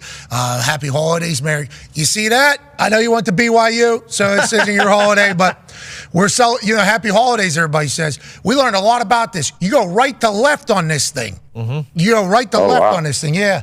Because that's the way. Yeah, we're celebrating that at BYU now, too, because of the quarterback. Retzloff, BYU is what they were calling him. Yeah. That's all that was the nickname. That was his name. That was the nickname. Yeah, big game. Hey, we got a big game Saturday against Colorado. We need to get a dub. I feel, yeah. You don't think so? Well, everybody's playing. You kind of been low-key a hater last couple No, I have not. Yeah. I have not. I love BYU. You guys just got the #1 basketball recruit to go to BYU. AJ. Shout out AJ. Shout out the booster. Who's that? Who's that? I know all of them. That's good relationships. Good relationships. There's good relationships to keep. They helped me out in college too. What? Whoa! Tampering. Death penalty. Yeah. That was before the NIL. Give them the Pony Express. No, just with meals. Relax, just with meals. Oh, yeah, of course. Cheeseburger gets you suspension. Yeah, Jim Harbaugh missed 4 games because of a cheeseburger. Never forget it. What a wild thing college sports was before. Everybody's talking about how wild it is now. It definitely is. How about before? Don't even think about eating that chicken nugget. Don't you do it. Did you pay for it? Who paid for it? Are they giving it to you to play sports? No way. Well, what about the pianist that's allowed to go sell out Madison Square Garden and they're in college? They're allowed to It's not an athlete. That's music. Shut up. You're not allowed to do anything. Well, what about the person that does any of the art and the painting and they're in college? They're allowed to sell their painting because of their talent that they have. Are they special or? Shut up. Okay. So just because I'm a sports person, I'm not allowed to profit off of what? That's right. Shut up. You ain't no artist. Okay. And then now it's like. I do have a question for you. Go ahead. With you being a very big spokesperson with how the time slots have been with the games. Oh yeah. How do you believe those are going to switch in the future? For example, like last night's game. No offense. Crap. No offense at all. We saw it.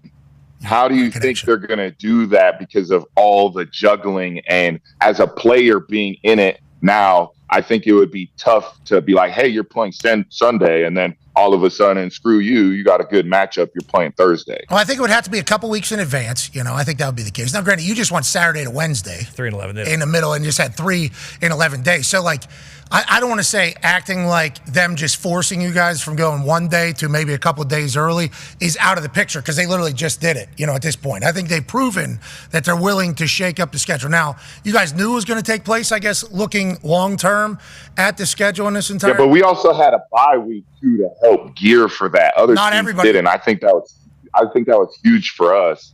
Just having a bye week to get mentally ready for this stretch was huge. I just think the networks... They're scared to flex. Networks are scared to flex. And I think if they had to do it a couple weeks out so teams would be able to get their schedules in order and everything, completely understandable. And this is as somebody that's in the media and is a fan of the sport as opposed to a player. Players are going to hate basically anything that comes out of this. You know what I mean? If they add an extra game, 18 games, and they add an extra bye week, obviously there's going to be people pissed off about everything, but that's seemingly inevitable at some point coming down the pipe. The international games, there's going to become more. I think there's going to be more of those that are going to take place. And when do the buys happen around those? Teams got week 4 buys. Yeah, week 4 or 5. Yeah, that's crazy. That's I think crap. the Chargers had that. Yeah, that's a long season coming after that. So I think the whole, how will they be able to do it? Would they do it? How can players handle it? It's players have been having to handle shit since, you know what I mean? That's fair. I'm not saying it's fair. I'm not saying it's fair to players. I'm just saying, that's fair that we've been handling shit. Yeah, so. And they just sneak it in. It's hey, they paid $150 million for 2 games, so we all like the salary cap where it is, right? So we are going to give them 2 good games. That is what we are going to do, and then we are going to make this happen. It's Amazon, that being their last one, it's I don't know.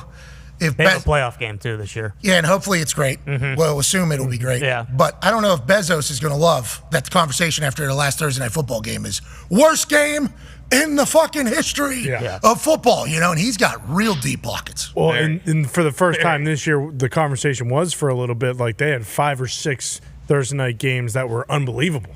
But for them to close out on a couple terrible ones is tough. What have you done for me lately? And I'll talk to you because you guys blew out the Texans, which is part of the problem. We're kind of talking about how the NFL has kind of been the way it has. Why do you think those happen sometimes? I don't think anybody's ever been able to accurately describe why sometimes a team just doesn't show up or why a team slaughters another one. And obviously you've been in the game a long time. You were a part of a demolishing of the Texans on Christmas Day in front of the entire world. 24-point-some million average.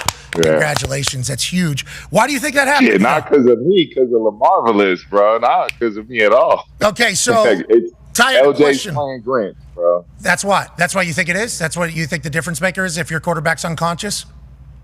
I mean, he's playing unreal right now. I got nothing but love for LJ. It's so fun to play with a player like him. I'll always say he's one-on-one. It's crazier in person too. I don't think the TV and camera and all that does justice to how elite he is with the ball in his hand. And just him being the type of person he is too makes it that much better. He's such a good dude, such a smart dude too.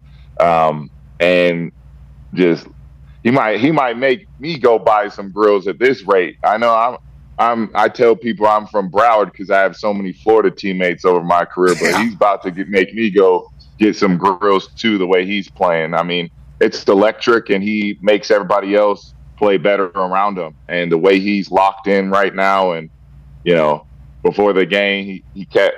I was. This game happened to be the locker next to him. He just kept saying, "It's up, it's up, it's up, KB, it's up." And I was like, "Yeah." After the game, I was like, "Yeah, boy, it's up." We were way up there. That touchdown right there with Daniil Hunter in his face, let alone this one where he said he's jogging 21.25 miles an hour, the fastest. Yeah, he always says that, and I believe that. He always says that. I mean, he's looked faster in practice than he has in the game, and I think it's because he likes talking trash to the players he knows a little bit better. Well, and also, whenever you're with a couple friends and a bear starts chasing you, you don't have to be the fastest one. Yeah. You just can't be the slowest one. If you are the slowest one, you just have to be faster than the bear. So all Lamar has to be is faster than whoever's chasing him. So we'll find out if they can somehow put Tyreek at safety that'll help. And have him have to chase Lamar. I think Lamar is going to get out of there, whatever the case. Yeah. So you're saying the reason why. And all it is five. Sorry to interrupt. 5 more games, then we can get him on the show. Remember, I told you 5. What happened? What he's coming on the program. If you guys in 5 games, we got to win 5 games. And then you're after the last game. You're booking him on the show. How's this work? Yeah, I said this last time. I don't remember. Remind me what you said.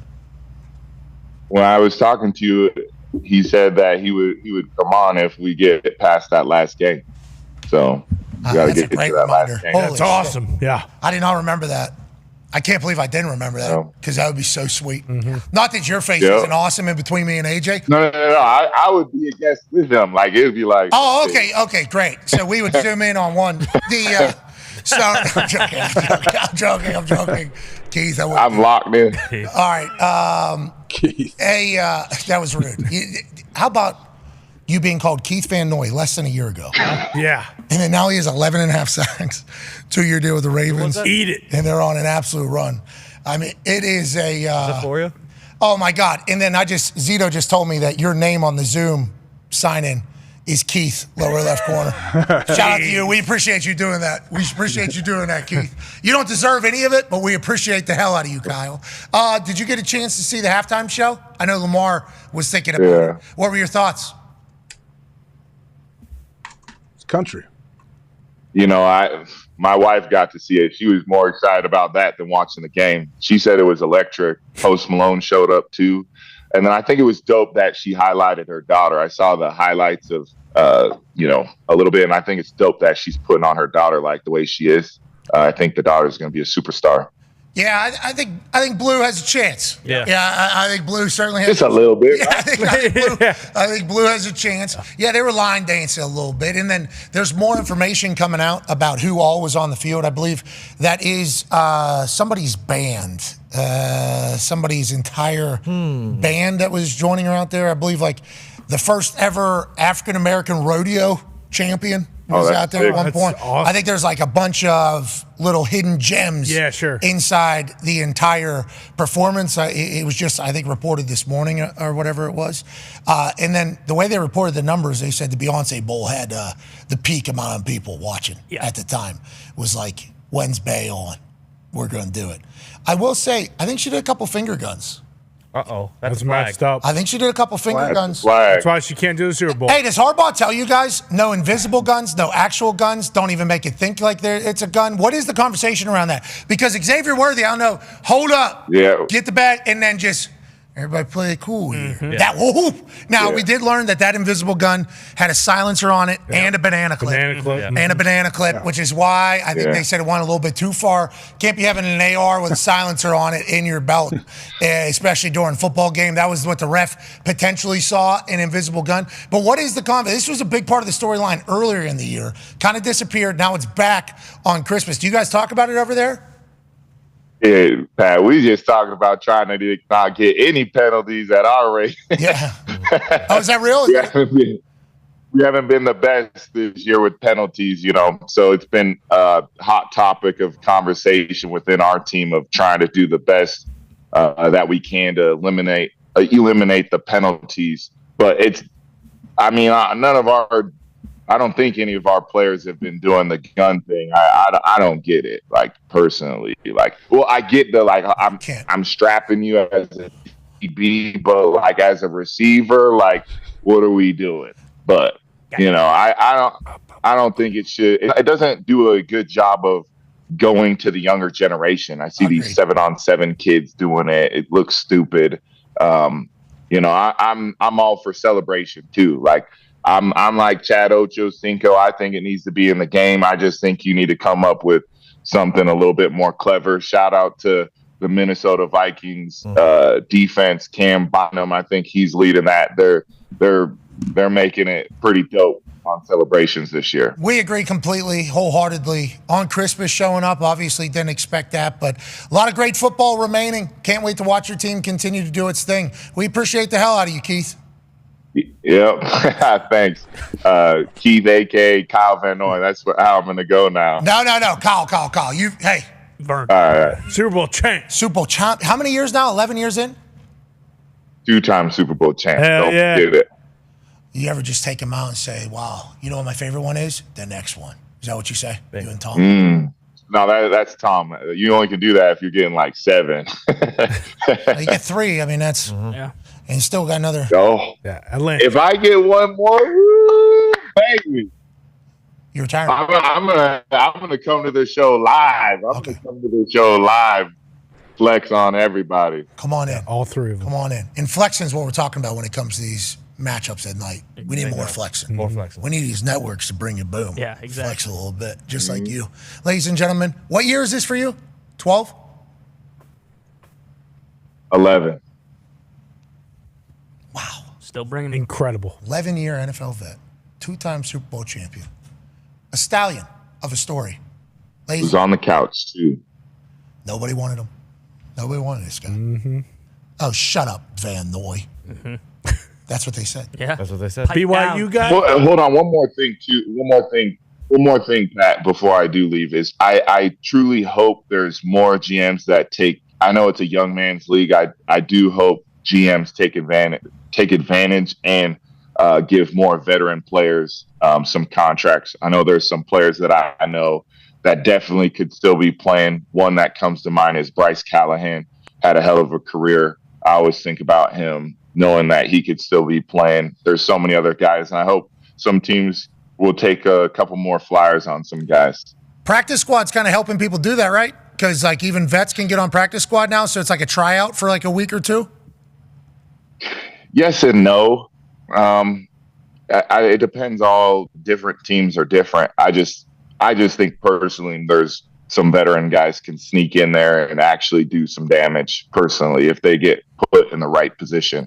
What I was saying is like they opened up the practice squad for vet. It used to be just for young guys, first 4 years. Then they opened it up for vets after COVID. And they kind of started, I don't know if they did that with you or not over there in Baltimore, but teams have started using it as like a tryout. Like, all right, let's get 2 weeks in for this old head. Okay, he's been around, veteran. See if he's still got it. See if he's in shape and how he fits into our thing. They gave it like a 2-week try. I thought it was a good usage of the practice. Yeah, for me, if they said that, hey, you're gonna be active right away. We just want to see you being in shape, and then they told me that like the roster thing, but that also has to be trust too, because they could have said, hey, we want you to come in, and then go a different direction. So it's got to be a trust on both levels. And, you got to be a player and look at it and see like, okay, how's this stack up for me as well? So it just worked out great for me. The Ravens organization has been awesome to me. The management has been, really good to me. Like Joe Ortiz was awesome to me too, who's now with the Chargers. When I was there for my first year, he was awesome. Their EDC's been awesome to me. So there's so many guys that communicate at that level for the Ravens organization to make a clear plan for you. And then it was awesome to be able to execute it and actually what they're saying is actually happening. It doesn't happen everywhere like that. Leads to you signing a 2-year deal off the couch. Phenomenal stuff. EDC, great nickname for DaCosta. Oi. Oi. Mm-hmm. Oi. Oi. He's EDC. Oi. Oi. Oi. That's a fantastic name. I'm happy it's working out. So are the Baltimore Ravens. Kyle, you got what? The Browns? Was that what you said last game? Yep, Browns for the hat and T-shirts in the division, baby. We got to go. That same energy, we need to turn it up a whole notch. I don't know who's playing quarterback. I know Myles Garrett's still balling over there defensively, keeping them boys hungry and ready. So we got to go, though. Okay, 1 sack. We think that's good if he gets a full sack.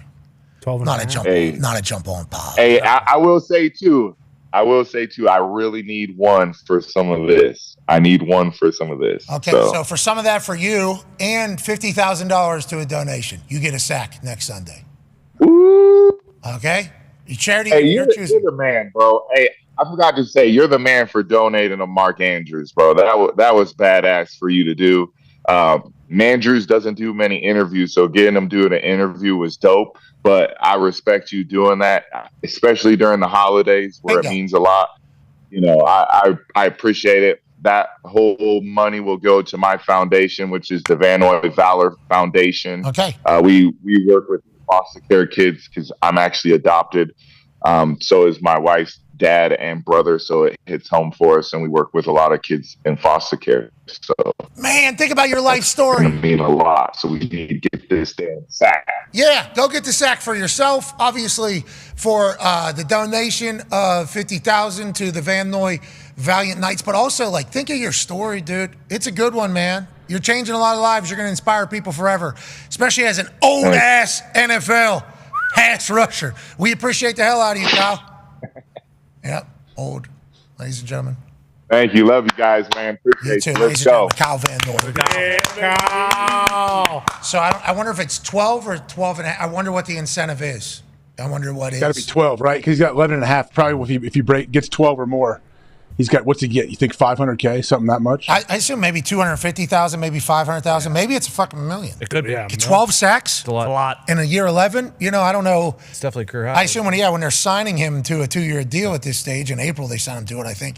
I assume there was a lot of incentives to go and get it and chase it. If we win a Super Bowl, if we win a playoff game, if you get this amount. 12 sacks is probably a pretty high end. Leads the team. Yeah, they probably weren't expecting 12 sacks out of him when he signed, I would imagine. $250,000. I wonder what other $250,000 is what it is worth. Is it 12 or more sacks? So he gets $250 for 10, 12, and 14. Okay, so hey, he gets 2.5 more sacks. Hold the phone. That's $500,000. I'm not saying he's going to do that, but hey, why not? It's the Browns. Jeez. Whoa, dude. Come on. I mean, what are we talking about? How are you doing over there? DTR? I'm feeling Browns. 10 sacks, he hit $250,000 already. So 12 sacks would have been $500,000 is what the bonus would have been, which is huge. 14 sacks would be $750,000 in bonuses. And then 7 sacks plus 50% of the playing time, which has already happened, that's another $250,000. So if he gets 2.5 sacks, that's $1 million in bonuses. That's awesome. Hey, that's good football, baby. Good for him. Hey, that's very, very good for him. I appreciate that, 10 sacks, you think? All right, we'll give you $250, eh? Get to 12, another 250, 14, sure. Whatever. What if you get 20? Sure. What if they just start Give you adding $20 million? it in there? It's like, good for him. He's only getting better, he said. I'm just fully focused on rushing the passer. I've been studying other people's film.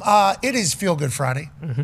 That means that we have to pick the games. Mm-hmm. Age, you've been seeing the board very, very well. You need to know that as you continue to look ahead. All of us lost last night because we took Seattle -4.5. So Chuck's cold streak continues. Good. Chuck is now 7-9 on the season against the spread on Thursday Night Football. It's nowhere near how the season started. But Chuck, as we know, will get right back on the horse and give us some winners at some point. Just like how these crop games have been happening, the good is going to inevitably come. AJ's good has come because for a lot of the season, he was crop at picking these games. Absolute shite. But then all of a sudden, over the last couple of weeks, AJ's seeing it clearly. Yeah, very. Clear eyes, full hearts. AJ seemingly can't lose right now. Let's remember that as he's making the picks, he's seeing it good. But also, there's a lot on line for a lot of these games. Let's never forget it. AJ, let's pick against the entire spread. Chargers favored by 4.5, traveling into New England at 1 o'clock tomorrow on a beautiful Saturday triple header. Back to back to back. All day football only on NFL Network. Con man, what is the conversation around this game up in New England? The conversation predominantly right now is just about the culture and the future of the Patriots when it comes to the Gerard Mayo era. When it comes to this game in particular, Jim Harbaugh gave an awesome speech kind of about the entire thing. This is what he had to say at his press conference, which was awesome. Which was so cool and awesome. We had a little rainfall last week, one day of practice. That was great to have that. But No, most all of us have played in those kind of games, or grew up in that kind of weather, And bottom line is, these guys are young, they're healthy, and their heart pumps warm blood. Pumps it from the arteries to the veins to the tributaries to the capillaries, throughout their whole body. You just play ball. Okay. Been my experience. Now I might have got that in the wrong order there. It's well documented. I'm not a doctor. But I know it's warm blood. The young, healthy, athletic guys are able to generate. I don't hear a thing about you guys being cold. Okay, you got warm blood pumping through the tributaries and the capillaries, out from there through the veins. So inside's warm. You need to deal with the outside being warm as well. If he was to go in there, though, with that Chargers team favored by 4.5 and put on a good display, it's going to get loud in New England? Yeah, it might get a little loud. There has been reports, Crafts are behind Gerard Mayo for sure, but we've all kind of seen the tea leaves. There's been a lot of comments from players, which some of them completely backing, Gerard Mayo. David Andrews said on his show, hey, this is going to build. We're going to get better. None of us want it to be like this. There are still guys on the team who were with the team when it was the Brady era, winning championships and stuff like that. And then there's guys like Keon White in their second year. He kind of gave an interview with Mass Live Sports, I want to say, and basically said, look, I first and foremost, I got to figure it out, but it's not just me, okay? There's a lot of stuff going on here, and we need to all get on the same page, coaches, players, and everything. So it's not great right now. So a blowout for the Chargers. The Patriots may be losing by 14, 17 at home, primetime only game, not primetime, but it's only game on. There's not many people in the stadium, maybe a few of the Boo Birds come flying out. I don't know. I don't think that's going to happen. I feel great about Patriots plus 4.5. I'm completely behind the ship. And Drake May, as we all know, is so good at football, which is why I like the Bears being in primetime, because it reminds me every single time they're in primetime how good Drake May is. But with that being said, if things go south, Chargers are going for a playoff spot here, have to win for them. It could get ugly in New England, but it's a 10 o'clock local kick for the Chargers. Something to think about when you're thinking about this. Yeah, especially with the tributaries. They might not be all the way open for that blood. AJ, are you picking up what Connor's laying down here? What's going to happen this weekend? Yeah, I am a little bit. I was leaning Patriots, to be honest with you. And then after seeing the hardball thing, listen to Con Man talk about the culture and everything going on, I'm taking Chargers minus 4.5. I will ride with you as well. Going to be loud up there. Now, if it's a close game, everything's okay, right? If it's competitive, I think so. I still think everything's okay. Regardless. To be completely honest with you, yeah. Yeah, but there are some. There is a lot of noise, but you got to block out the noise. You got to harness all the good stuff you got, like Drake May. That's right. And Drake May's a great thing. Broncos, Bengals favored by 3.5 at home. Both these teams lurking, obviously need it. AJ, how do you see it going?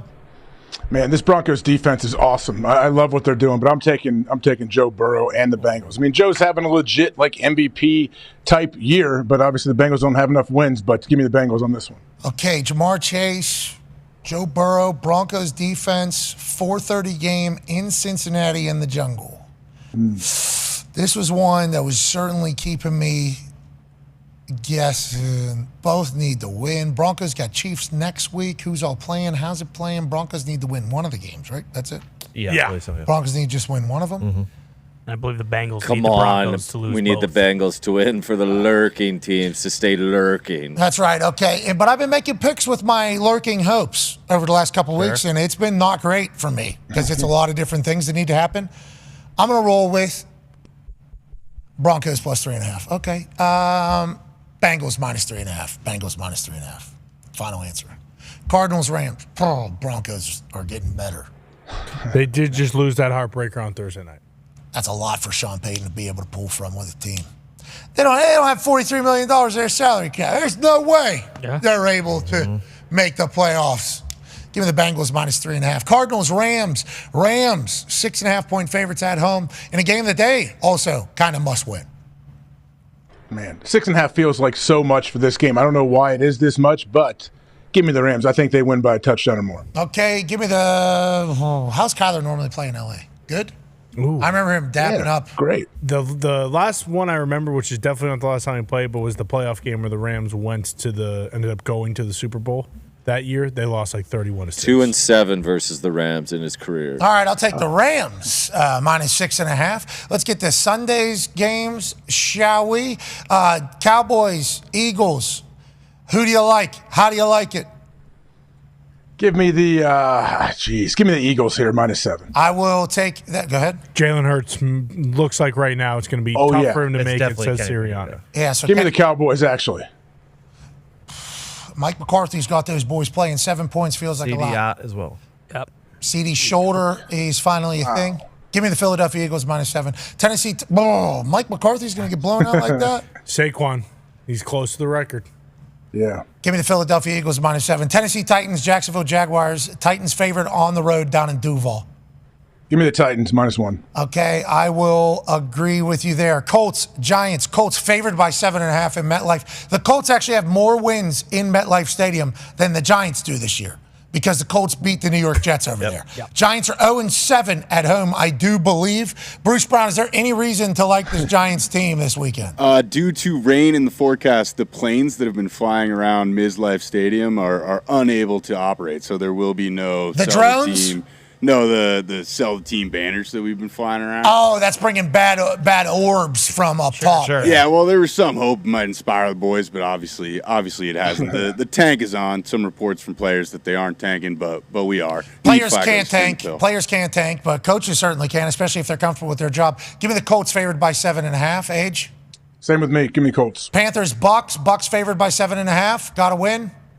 I want the Bucks. Me as well. Jets, Bills, 9.5. Favored at home are the Buffalo Bills taking on Aaron Rodgers. Jets, they keep it close. I agree. He's got a new love in his life. I think Bills win. Raiders, Saints. Raiders favored by 1 in New Orleans. Give me the Raiders. Okay, I guess me too. That's sad for the Saints. It's not looking good down there. Dolphins, Browns, 6.5. 6.5 is DTR, the starter for the Cleveland Browns? Believe so. Give me the Browns. Give me the Dolphins, Packers, Vikings. Packers. Give me the Vikings. Falcons, Commanders. Commanders. I'll take the Commanders as well. And we'll continue on digital. Have a good one. We'll see you Monday. Nailed it. Wow. I think we got it all in there. I think we got it all in there. Good for us. Holy shit. It was quite the run. On this That was Friday, unbelievable. when we went to the Sunday graphic, I think I didn't expect that many games to be over there. Yeah. Yeah. You know?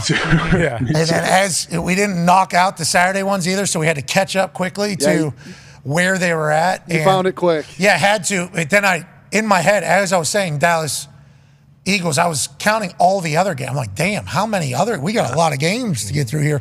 We certainly did. I feel good about them all, but I shouldn't because I've been ice cold. AJ has been red hat out there. Jets, Bills. Aaron's got a girl. He does. It's a whole new ball game. Brittany with an eye. Huh? Just like you see Josh Allen. Got a lady, in love, engaged. See the way he's playing? He gets 2 touchdowns. He's the first player in NFL history to have 40 touchdowns in 5 straight seasons. Who's that? Josh Allen. Is that good? It's not bad. Do you win an MVP over the last 5 seasons? No, you do not. Tell me about this year. That's an AP voter. Did you know, and I learned this yesterday from a video from, I believe, an AP voter as well. Yeah, I do. Yeah. Acho, the host of The Facility on Fox Sports 1, released a video that he got.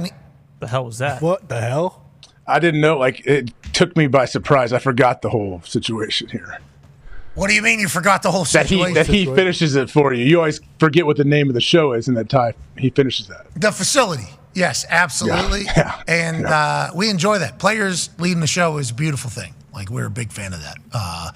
We think it's good for sports to have the players telling their side. And obviously that doesn't mean journalists have to disappear. There's a world where both can coexist. Feels like the journalists kind of took over for a long time. Long time. Long time. Mm-hmm. Long time. And then now more athletes in sports are starting. There's obviously coexist, you hope, in this entire thing.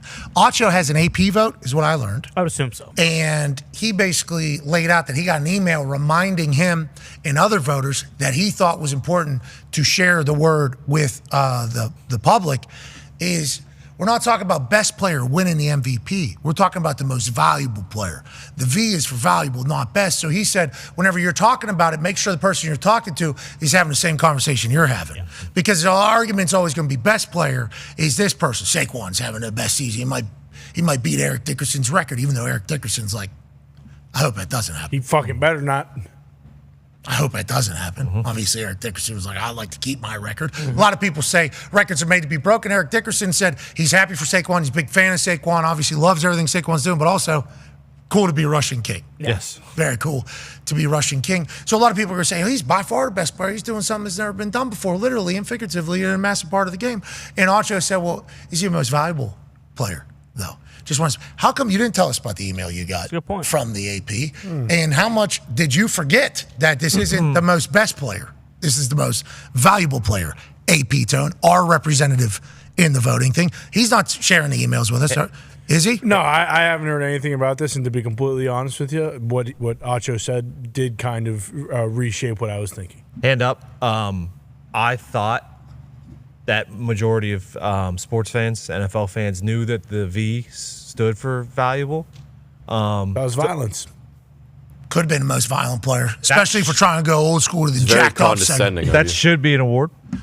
Yeah, should. Most violent player should be an not award. Not a bad idea. Maybe you should use your AP status and push for that. I'll send an email. It's a big email group. But no, that was on me. I thought most people knew that MVP.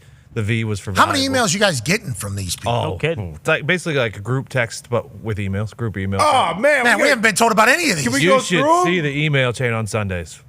Who you guys voting for? Whoa, did you see that play? Are you serious right now? Yeah. I don't know if you're being serious right now because we have heard nothing about this. At all. Literally, that was I'm my not big allowed to talk about it. That was my big takeaway from Macho's video. It was like, how many fucking emails Tone been getting? Email thread. Yeah, we didn't know anything about this. Excuse me? So you guys are in there? You're not active? I have to keep a spare charger on my phone every Sunday just because of the amount of emails. Turn your notifications off. Pretty easy thing to do. You don't have Well, to then worry. you don't. Then you miss the emails. No, you catch up with them later. No, So what are you saying? If you catch up with later in this group email, you can't participate. Are you? Is this real? I don't know what's real and what isn't real. Realer than real. Okay, there we got our There answer. it is. Realer than the blood flowing through my veins. Got it. And tributaries Well, and the capillaries. Yeah. So you guys are getting a lot of emails though? Stats and stuff? One at the beginning of the season and this one this week. And it was a reminder saying, hey, the awards. It was the actual, we got the form. Wait, actually. who sent it though? Who Rob sent it? Mahdi. He's Rob our leader. Okay. Fearless.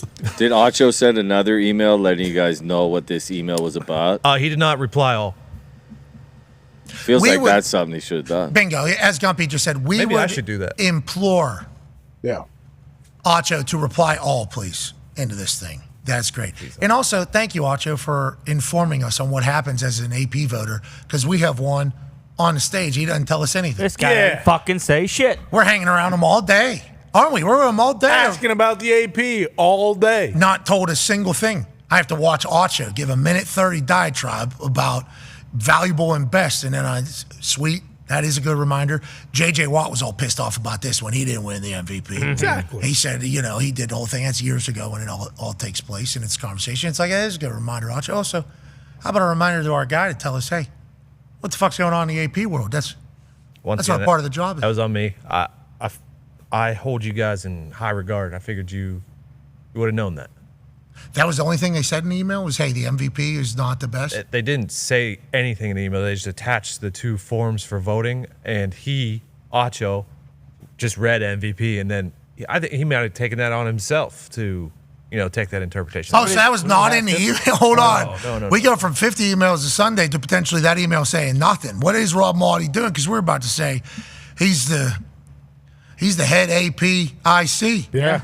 You know what I mean? I'm looking at the email right now, okay? It just says, happy holidays to you and your families, That's nice. That is very nice. It's classy. The all-pro Christmas. ballots are due by 5 p.m. Eastern, Monday, January 6th. And the awards are 5 p.m. Eastern, Wednesday, January 8th. It doesn't say anything about, valuable or anything like that. So in the form. We will receive a separate email with snap counts. Make sure, play enough snap counts, stuff like that. Does it have a description of the award in the form that you have to submit? You saw it. I mean, you saw it. Acho put it on the internet. Oh, I watched. It wasn't in that video, I don't think. I watched the whole video. I'm looking at it right here. It says most valuable player. The award honors a player who had the most valuable season. So that's where. Okay. I'm thankful that there's some people in the AP that care. Coach of the Year. The award honors a coach who did the best job. In case anybody was wondering who Coach of the Year goes to. Okay, so it sounds like This guy. You're Tone. See, that's what we Assistant knew. Coach of the Year. The award honors an assistant coach who did the best job. If we're just clarifying all these, we can do this. Okay, sorry. One AP voter kind of explained to the world what one AP voter chose not to say. That's Been all that's wondering happening. how the fucking sausage gets made. Some guy says, you know what? Boom. This is how it gets made. This is the comeback player of the year now because this one was a hot topic. Ooh. The spirit of the award is to honor a player who has demonstrated resilience in the face of adversity by overcoming illness, physical injury, or other circumstances that led to him missing playing time the previous season. Not a Sucking. Yeah. I'm happy you guys clarified that. What about a mental injury? What if he had had a down year because mentally he was in the dumps? Yeah, could have. This guy couldn't read a defense. Mentally, he was unhealthy as shit. It's up to interpretation by you. Yeah, I feel like I guess not because DeMar didn't get hurt last year. I was like, DeMar could win it this year because he's played so well. But that wouldn't really. I believe there's a heavy favorite for comeback player of the year. Who's that? The sports books. Joe Burrow? Yeah, have a heavy favorite. Oh, for really? Joe Burrow. Okay. Oh, okay. You can't tell us who you're voting for, No, I obviously. cannot. That is actually one of the rules that Rob Motti said earlier. That's right. Don't need you saying who you're actually voting for. Okay, so Burrow injury, that is what we're going off of now. Comeback. Yeah, have to. Yeah, most improved could potentially be one as well. Yeah, should make that. That should be most violent player we would like to see. Mm-hmm. Most improved. Best pen tosser. That's on me. I wouldn't win that.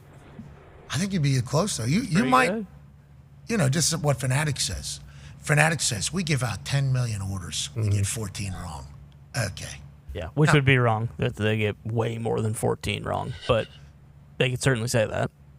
That's what you were just saying about your pen tossing. It's anytime I have my hair elastic in my hand and I forget I have it in my hand. It blocks it. Bingo. And then I do it and I forget that I have it and then disaster. AJ, you hear this guy's basement and attic here earlier today? I heard he's battling a little bit, huh? He is. What happened? What'd you eat? Or I guess Big D-Bone just fed it right to you the other day? He gave it to you? Yeah, see, I knew the wording from you would be interesting. No, I don't know. You never know. It's that time of the year. I'm not going to blame it on anybody. What, where you dump your pants? We can point fingers all day. And I don't think you dump your pants this time of year. I don't want I to don't be either. like the doctor guy. Yeah, that's true. Because I'm not a doctor guy. Sure. But I don't think like dumping your pants is something. I don't think that's like this time of year. Yeah, I agree. The only time it happened to me was in February, and that was a emergency situation. It was a much different. Tacos. Yeah. Vodka. Yeah. Oh, yeah. Tacos. Vodka, tacos, and Wade. Bruce Bowen. Wade Bowen? It's Wade Bowen. Sorry. God damn it. Bruce Bowen. Basketball. Just to be clear, Wade Bowen was incredibly kind. Sent us a guitar for me to smash after a celebration. Awesome. Oh, he said it. Did he say it? I didn't know he said it. Did the for you to note smash. say that? Yeah. The note said, hey, this is for you to smash. Wade Bowen, if I know anything about Wade Bowen, he was excited that he was part of a celebration. Without a doubt.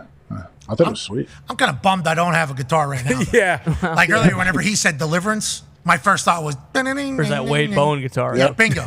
And I saw it explode Yep. right down there. How about Gunnar Stockton being from Deliverance Town, USA, down in Georgia? I also saw an article recently where he's just driving around a 1990 F-150, just no AC, windows down, living his best life. Yeah, and Like Nick what- said I've known him since he's 8 years old. He said he can move a lot better than the other guy. It's like they did better in the second half than they did in the first half. It's like, oh, Nick really likes Gunnar Stockton. does. It sounds like he is a big fan of Gunnar. Did Nick just say, feel like they might have got better, all right, with Gunnar Stockton being in there? Because that is the big question. Carson Beck obviously being talked about as one of the greatest quarterbacks in college ball, going to go into the NFL. The season has gone the way it's gone for Georgia and for Carson Beck. Gunnar gets in there, showcases how tough he is. Boy, it's one tough dog. Yeah, tough son of a bitch. That's one tough dog. How about Saban saying we recruited him to Alabama? It feels like he was always going to be a dog. Guy loves the state of Georgia. It's like, what a perfect player to go in there. And this is kind of how old Buddy started. Stetson. Yeah, sounds just like It's kind Stetson. of Stetson. This is he But can Stetson move. was a walk-on. Yeah, but he loved Georgia Loved Bulldog. Georgia, dog. And raising hell. Down there. God, did he love raising hell. That's what we heard. I think Gunnar hear likes that. to raise a little hell, too, based on what I'm picking. Gunnar up. plays with reckless abandon. He does not worry about his health. That is for sure. Which I think love it. people say he's a damn good dog. Makes him a good dog. That's Damn how good he dog. plays. Them and Notre Dame, that's a game in I live in Indiana. So obviously Notre Dame is in this state. It's hours away, but it's in this state. My name is Patrick McAfee. Okay, so I know a lot of Irish people. I've been told by a lot of them, you never picked Notre Dame, huh? You don't like Notre Dame? What's the thing? Same thing happened with Michigan last year, where I just assumed that they were going to lose, and I was wrong, literally wrong the entire time. And then when it got to the point where I was wrong and knew I was wrong, too late to pick them. Can't be. I think it was semifinals. It's like, this Michigan team is very different than what I thought they were. I thought they were a bunch of prep school kids that were going to be, distracted by everything that was going on with Harbaugh. And I thought the football gods were going to punish them. That's what I thought was happening last year. And then once I realized that was not the case, and maybe everything was blown out of proportion just quite a bit, and Harbaugh doesn't raise any, just like up to there. It was like, oh, no, I've been completely wrong in reading this team. Am I going to pick them for the first time? Am I going to, that I have all year? And I was like, nah. They're fans. Fans told me not to pick. Yeah, wouldn't let you. Do not pick our team right now. But the Irish fans have not done that. The Irish fans have been like, how come you always pick against us? And I was thinking about this game, and I'm like, a team I'd never pick against. Mm-hmm. That one coming down the track. Mm-hmm. Never. Except for Texas. When your starting quarterback gets hurt and you're still 2-point favorites, that says something. Yeah, and if this was in a cold, if winter was coming for the Georgia Bulldogs, and not that I think Kirby Smart doesn't have a mentally tough group, which I think is the reason why I like the Bulldogs so much. Yeah. It's because I think mentally they're just dogs. I think that is actually the type of players that Kirby tries to get and the culture that he tries to bring. Not that Freeman isn't a great coach. I love Marcus Freeman. I love him. He's Ohio State Buckeye. Mm-hmm. That's right. I appreciate the hell out of the way he goes about his business. If this game was in the cold, I would be starting to lean a different way. But my early indications are, who's that coming down? I thought about it out of nowhere whenever Oz was doing a thing. I love the way the Georgia Bulldogs operate. I love their team. I love Bloody Tuesdays. I love I love everything about the way they go about doing what they do. But this Notre Dame team also, they're a physical ball club. Oh, yeah. Got some injuries though too. Yeah, D. Lyman, right? Yeah. Riley Mills is out for the year, and then Jeremiah Love, there was a bit of a situation there where he wasn't getting that many carries. Well, Thamel said he was just trying to stay warm. Thamel also said that about Tennessee. That was bad intel.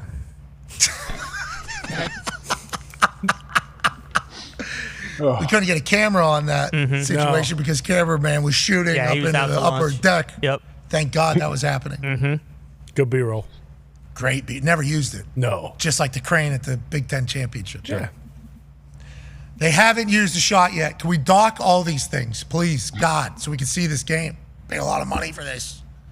Want to watch Penn State Nittany Lions take on the Oregon Ducks? You heard Nick Saban earlier, AJ, talk about physicality, tackling. Tackling. That's a big deal, man. Yeah, after a layoff, you just don't know as a coach. Obviously you'll find out very quickly in the game, but you just don't know exactly if your team is going to be rusty. I think it heightens the fact that, hey, say the offense comes out against you and you miss a few tackles early, you don't have the proper leverage. You make kind of day one mistakes, things that happen in the first couple of games. That's when coaches start getting worried and buttholes get kind of tight on the sideline. That's where being in warm climate helps, though. Because if you're missing tackles and it's cold, that is... You will continue to miss tackles. Yeah, you're not getting better. I think the warm helps because your entire body doesn't hurt every single hit if you haven't done it for a while. In wrestling, they call it ring rust.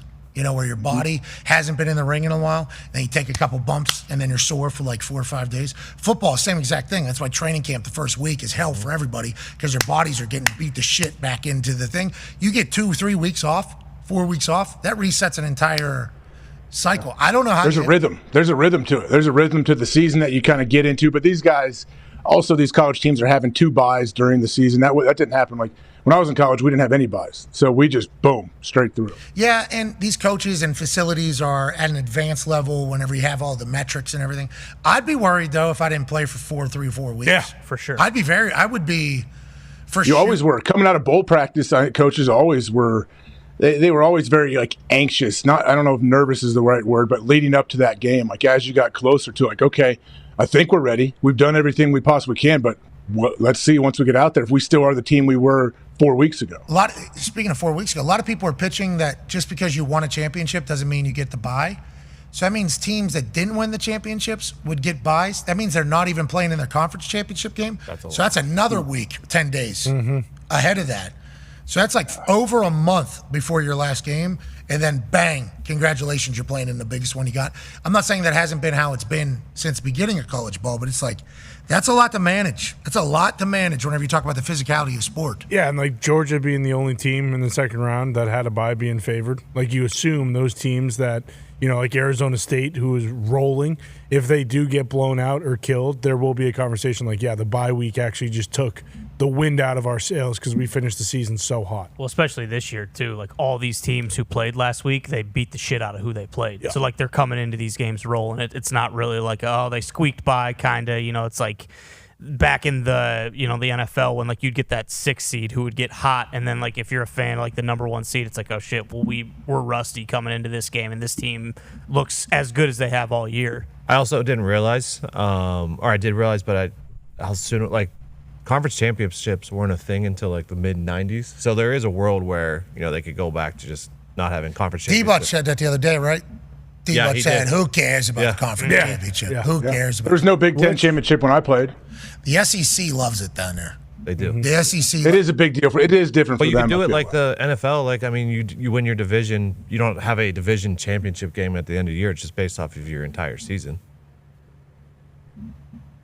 And how much money are they making off these games? Probably not. Yeah, they need that cash. Probably a bit. Well, it made sense too when there was like, and there was like the North and the South, or the East and the West, or whatever. But like now, it's just one division. There aren't two sides anymore. And the money thing, I mean, maybe you can just say it's based on the teams that were in it, but like the tickets to the Big Ten championship, $20. Yeah, like. I mean, the SEC sponsorship, though. Yeah, sponsorship. Dr. Pepper is getting how that much stuff. Yeah, TV deal. Yeah, we have what CBS is paying for that game. And I think it's become very clear that college football is the number 2 sport in the United States of America. Yes, number 2 sport. Yeah, by far. Yeah, but it's been a fact for years now. But now it's like being understood. Like the NFL is number 1, college football is the number 2 sport in the United States of America, and then we'll fall down. Yeah, it's a battle for 3 at this point. Bingo. Yeah. The NHL has a chance. They're going. I love watching it. ESPN Plus makes it so much easier. They have a chance. Now, the NBA, I think, is acknowledging their issue, though. And I think that's big for the NBA. Now, those numbers, obviously, monstrous and awesome for college ball. TNT and Mox pulling an average of 6.4 million viewers for something. That's huge. Think about what is on TNT where they try to put people together to make a big number. Think about golf. Think about everything that they've tried to do to make a big number, create a big number, put all these stars together to do something. Whether it was the NBA and maybe the Inside the NBA show, those are the biggest stars.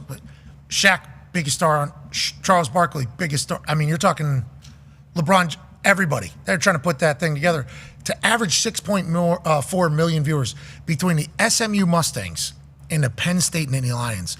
Obviously, both very good football teams and everything like that. Penn State has a huge alumni base and SMU has their own. But that's the sport drawing that. That's like college football drawing these eyes as opposed to necessarily the stars.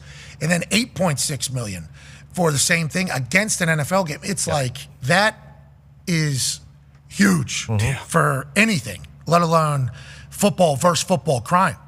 Like this is happening at the same time as professional football taking place. It's like college ball is awesome. And those 2 TNT games, like those weren't just any NFL games. That was Chiefs, Texans, and Steelers, Ravens. Like those were big fan bases. Fan bases. They're going up against there. Now, not really college fan bases though.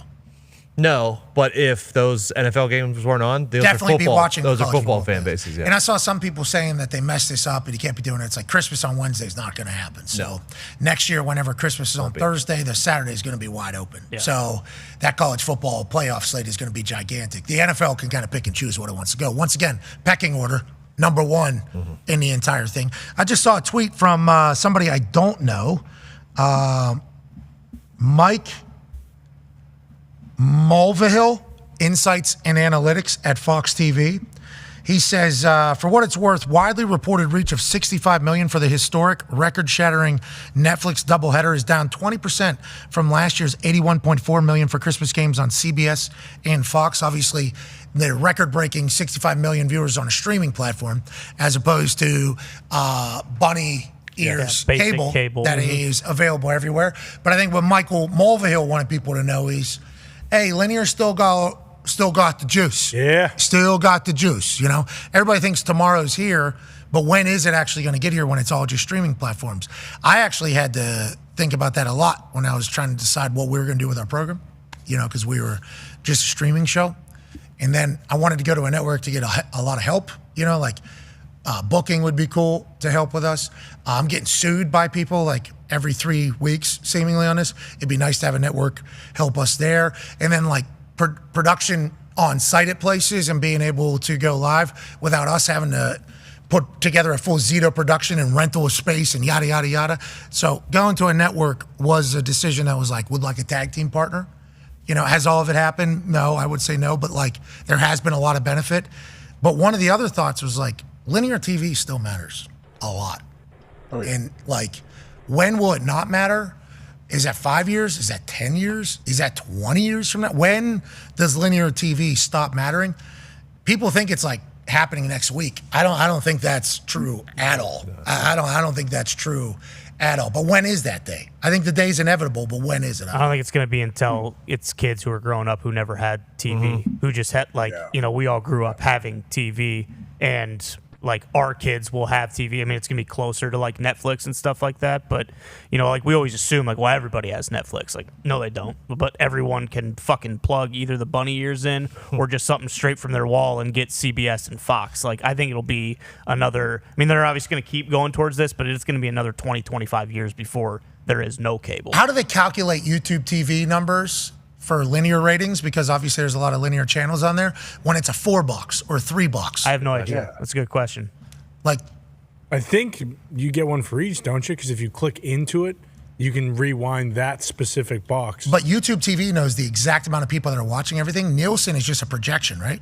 Nielsen, old school Nielsen used to be just a projection of the people that have the black box and don't have the black box. And then per capita for every person that has the black box, what is that math to equate what they think?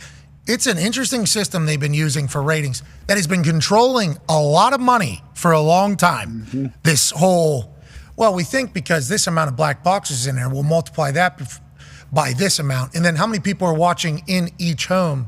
Total audience delivered math equation is what it's like. Has anybody ever really known?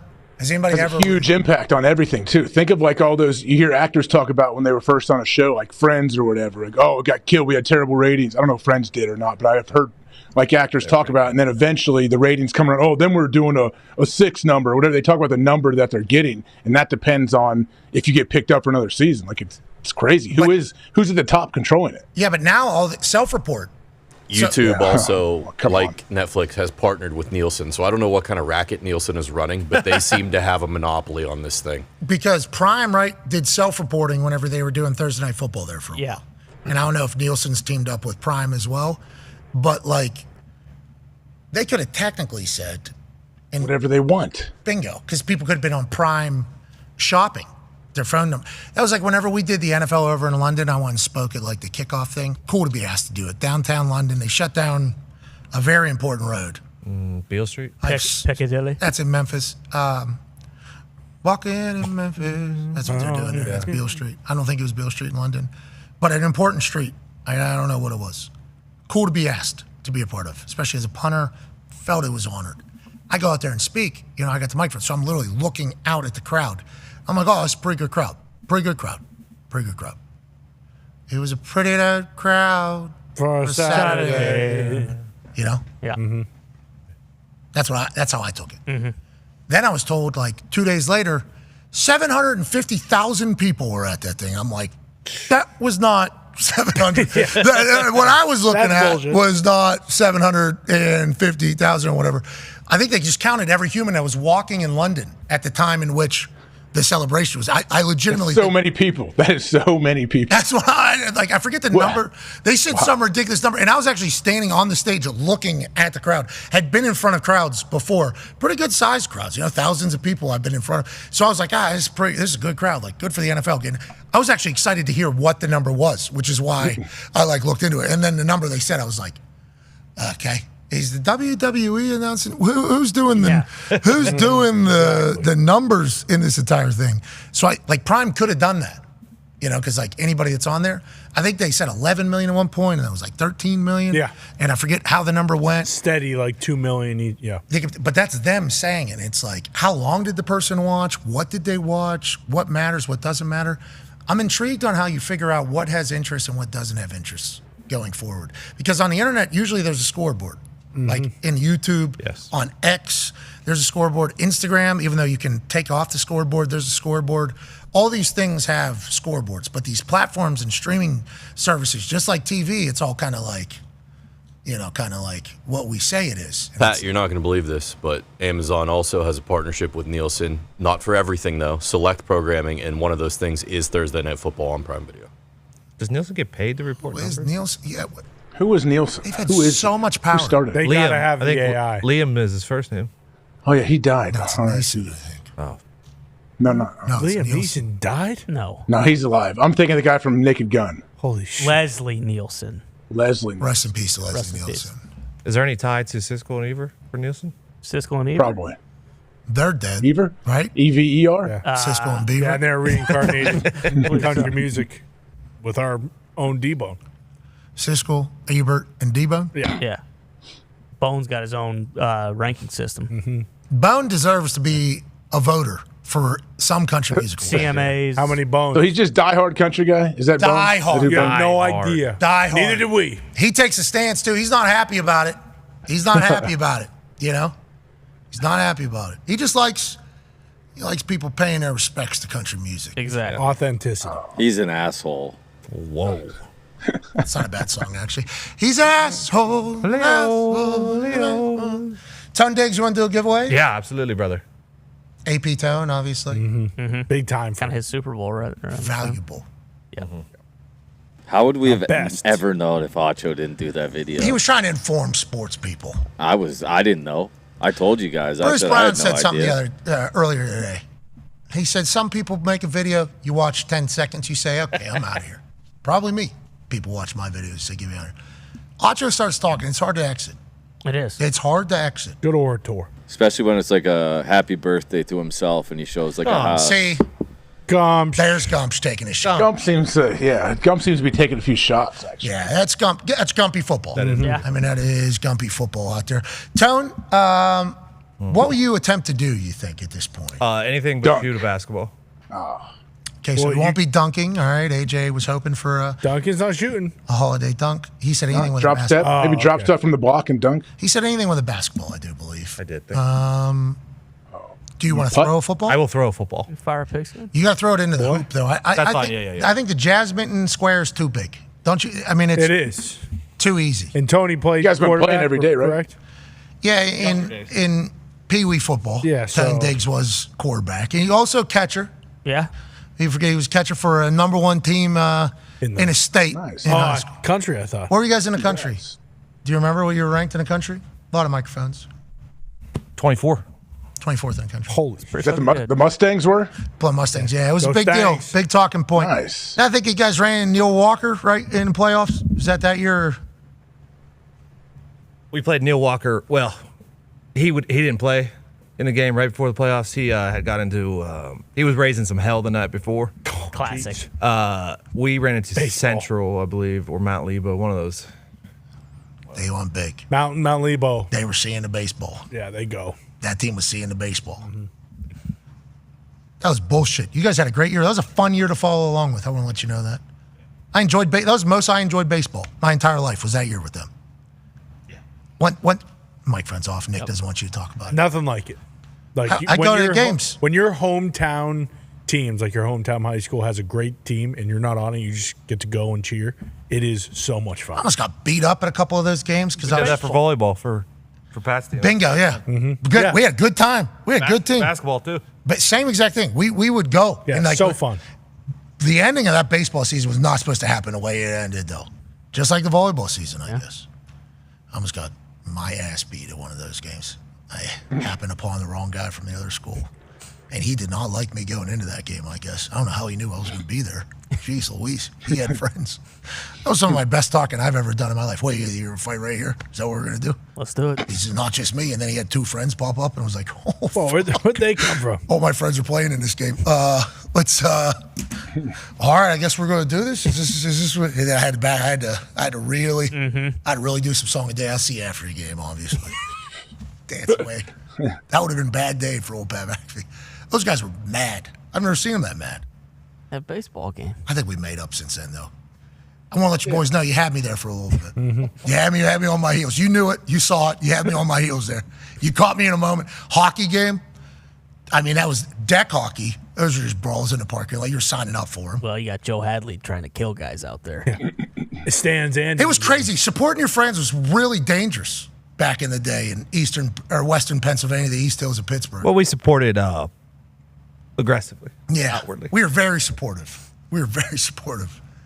Those deck hockey. Do you guys have ball hockey in Ohio? No, I played a little roller hockey with my blades on, but we never had like the official deck hockey thing like you guys have. That would have been awesome. I think there's different. Roller hockey's one, ball hockey's another, and then obviously ice hockey is the one that those of us who can't skate are afford. Yeah, the real hotbeds were Boston, Jersey, Pittsburgh, and Philly. So a lot of scumbag cities would get together and just brawl on the weekends. So you would go to one of those games and be like, all right, not playing today, but going to leave here with at least a couple. Where would you play though? Where would they play? Literally, the Penn Hills deck was you would drive up a hill and then you would go down into a valley, back into a corner, and it was like literally just trapped. You're just trapped in this area. And the only way out was one walkway into a parking lot. Kind of like the Rose Bowl setup. Yeah, it was exactly like the Rose Bowl setup, just kind of white trashy. Because it's deck hockey. So you go down in there and it's like, who knows how you're getting out of here? It was outdoor too. Yeah. Yeah, and Joey Hundo, Haddlebags, was always doing something that would at least give a ooh from you, but it's somebody else's friend that just got hit on the other side. And then there's the, and it's like, all right, here we go. Phil's ice hockey team, geez, the Plum Mustangs. Phil was a goon out there. I mean, Phil's just laying people out. So obviously I'm punching the boards. People are pissed off about that. I'll see you outside. Oh, great. Everybody wants to see me outside. Never ends. It was hard to support your friends back then. I wonder if it's like that now. No. Guarantee it.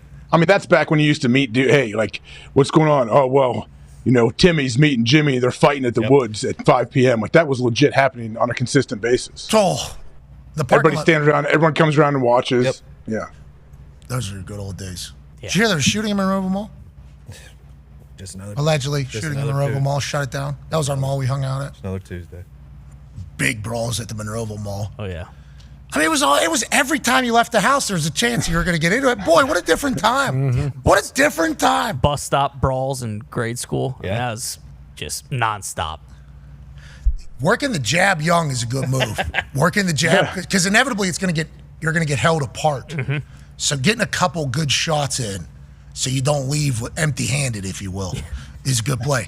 But if you run into a big like the older dudes used to get it. Deck hockey was big with the older guys being there, and that was like last generation was still there waiting on us to kind of get through. That was when you would have a potential problem. That was when it's like these guys got reach, experience, and a grizzled veteran jaw. Yeah. And they got a 6. Yeah, that's how you got bet. When you were like 14, 15, you start playing in the upper leagues against like the over 30 and like 25-year-olds and 30-year-old dudes. And these guys are roofers during the day. Jobs and families and taking their aggression out on you when you run by them. They didn't like it. They'll hack you. Oh, look at the little bitch. Boom. All right. Can you tell me when we're playing this team again? I'm not going to come. Good luck. I'm not going to come support this. Anyways, on that note, it's nice to be able to support Tone right now. It is. Yeah. Isn't it? Let's go, Tone. Tone, all I want you to do is put that football into this hoop. Now, it is a Diggs Christmas today. It is. It is a very paisan Christmas here in Indianapolis, Indiana. And I'm sure the people that live here could notice there's a couple more Italians in town. The DeGiulios have made their way to Indianapolis to celebrate Christmas. And Coach is here. And I know Coach would say, hey, Tone, you spin that pigskin, put it in that basketball hoop right over there. Paisan, grazie, 50 people. $500. Wow. God. On this Feel Good Friday. Don't only do it for yourself, do it for Christmas. Do it for Jesus Christ. Do it for the Italian. Oh, shit. A little ugly. I thought that was it. I love the aggressive line. And the touch seemed to be real. He's not wearing any shoes. He's got the no-show socks on. Looks cool. We can see him right now. They are showing off. Merry Christmas to the DeGiulios. Merry Christmas to the Italians. And Merry Christmas to the 35 people that win $500. When Tone Diggs puts this ball Oh! You're seeing it. Yeah, You're you seeing got it. right Weird now. guy. This is the What a one. weird release, though. What an awkward release. What? That's good. What are you talking about? He said Got good back release. shoulder. Said good Very release. like nonchalant with it. Very casual release. Casual release. Yeah, very casual. awkward. He said you're throwing it like a loaf of bread, is what he's saying. Yeah. Casual. A lot of people say it's an effortless thrower, AJ. Yeah, it's what. Hey, I'm seeing it firsthand. Said You big. got to remember this guy's pop time Yeah, best in the state. led the 24th team in the country Yep. at one point in baseball. Tone also a fantastic quarterback back in the day. Mm-hmm. When I played for the Plum Young football team, Sure. Tone Diggs was spinning it all over the yard. Caught an out pass from Tone. Took that thing to the crib. See ya. Only played like 4 weeks. Some of the best times I've ever had. And Tone led the team. I played safety back there. Tone was linebacker doing his thing. He was quarterback. I played a little running back. Had me at offensive line the first week because I was a big guy that could move. Didn't love that move. Sure. Didn't love That's that classic. move. But I can move. I moved some bodies. I think I got there on like a Friday. First game was Saturday. Because of my size, they put pads on me, put me at offensive line. You play tackle, son. It's the middle of soccer season, obviously. Doing pretty good at soccer at this time. Pretty good at soccer. So we had Plum Young football practice. Was not what it was called. Sure. Plum football practice. I think that was like, I don't know if it was Tuesdays or Thursdays or Mondays and Wednesdays. Whatever it was. I thought we were every day. Well, Mondays, Wednesdays I was able to make because I had Tuesday, Thursday soccer. So it was Monday, Wednesday, and then Friday was like a practice weigh-in type thing. And I get there on Friday because I was at a baseball field, I think, and the football field was on the other side. Walk over there. They go, hey, you want to play football? All my friends are playing on too. I'm like, sure. They put pads on me. I'm the biggest guy. I'm just blocking people, Past set. You don't really have to be that good at that age. Put me in a game next day. Then on Monday, we start running sprints, and I'm fucking, moving. You're in soccer shape. Yeah, you're good. I'm moving. And Coach Napolitano, I believe, alongside Coach DeGilio, super Italian operation, obviously. He goes, we get this guy a ball. I play running back, wide receiver. I was safety, punt returner, kick returner for like 3-4 weeks. Then I took a shot, hit some concrete, skinned up my entire leg. And the soccer team was like, what are you doing? No more of this. How we do? Should have played football, I think. No, soccer ended up working out very well for me long term. But that team had hope. We were a good team. Great team. That was where I met DeQuay. DeQuay was a dog. Still is. Was a dog. DeQuay's in jail right now. I found that out because O's the Mentalist told me to think of a teammate's name from way back in the day, any sport. And I thought of DeQuay because DeQuay used to drive me to a lot of these practices with his brother DeRob and his whole family. And I just immediately thought, O's ain't going to fucking guess this one, buddy. Good luck. And then he goes, oh, interesting name. That's what Oz said. And I was like, yes. And he goes, is there a Q in this name? And I'm like, this motherfucker. He's like, DeQuay. Yep, it was DeQuay, wasn't it? And I'm like, how the fuck do you know? So then I looked up DeQuay. He was in jail. I don't know if he did what they're saying he did, but they certainly said he did some serious stuff. Okay. DeQuay, if you're watching, I don't know if you can be, but had some nice, fond memories of, what it was like way back in the day. He was a dog, DeQuay. DeRob was a beast, too. You remember DeRob? Great football player. Used to hear him, DeRob, over the Plum Mustangs. Great name. Great names. Yeah. DeRob and DeQuay. Yeah. And the dad was Da Man. That's not his name. That was not his name. The guy? But he was. He was the guy. He was a good guy. Now, ladies and gentlemen, former two-sport athlete for the Plum Mustangs. D1 athlete for the Duquesne Dukes. A man who was pop-time rival Jason Kendall's in the city of Pittsburgh.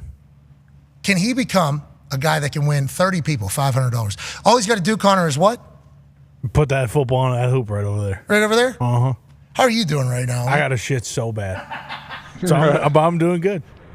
If you make this shot, show ends. 30 people win $500. Okay. Connor's pants stay clean. All you got to do is put that ball into that hoop right over there, Tone. Do it for the people. Do it for Connor. Do it for his pants. Show goes on. And we take the tractor another round. Another round. Another round. Yo, one more. Last ball here, Tone. I mean, AP voter, throw the Duke. Now, people are talking about Ruben throwing that fastball and who's people? Who's doing that? Ty mostly. Ty, I don't know if you heard the first hour. Ty had a little bit of a Festivus for Fanatics, a little bit of an airing of grievances for everything he's seen and been a part of. But he said that this was the moment that he knew.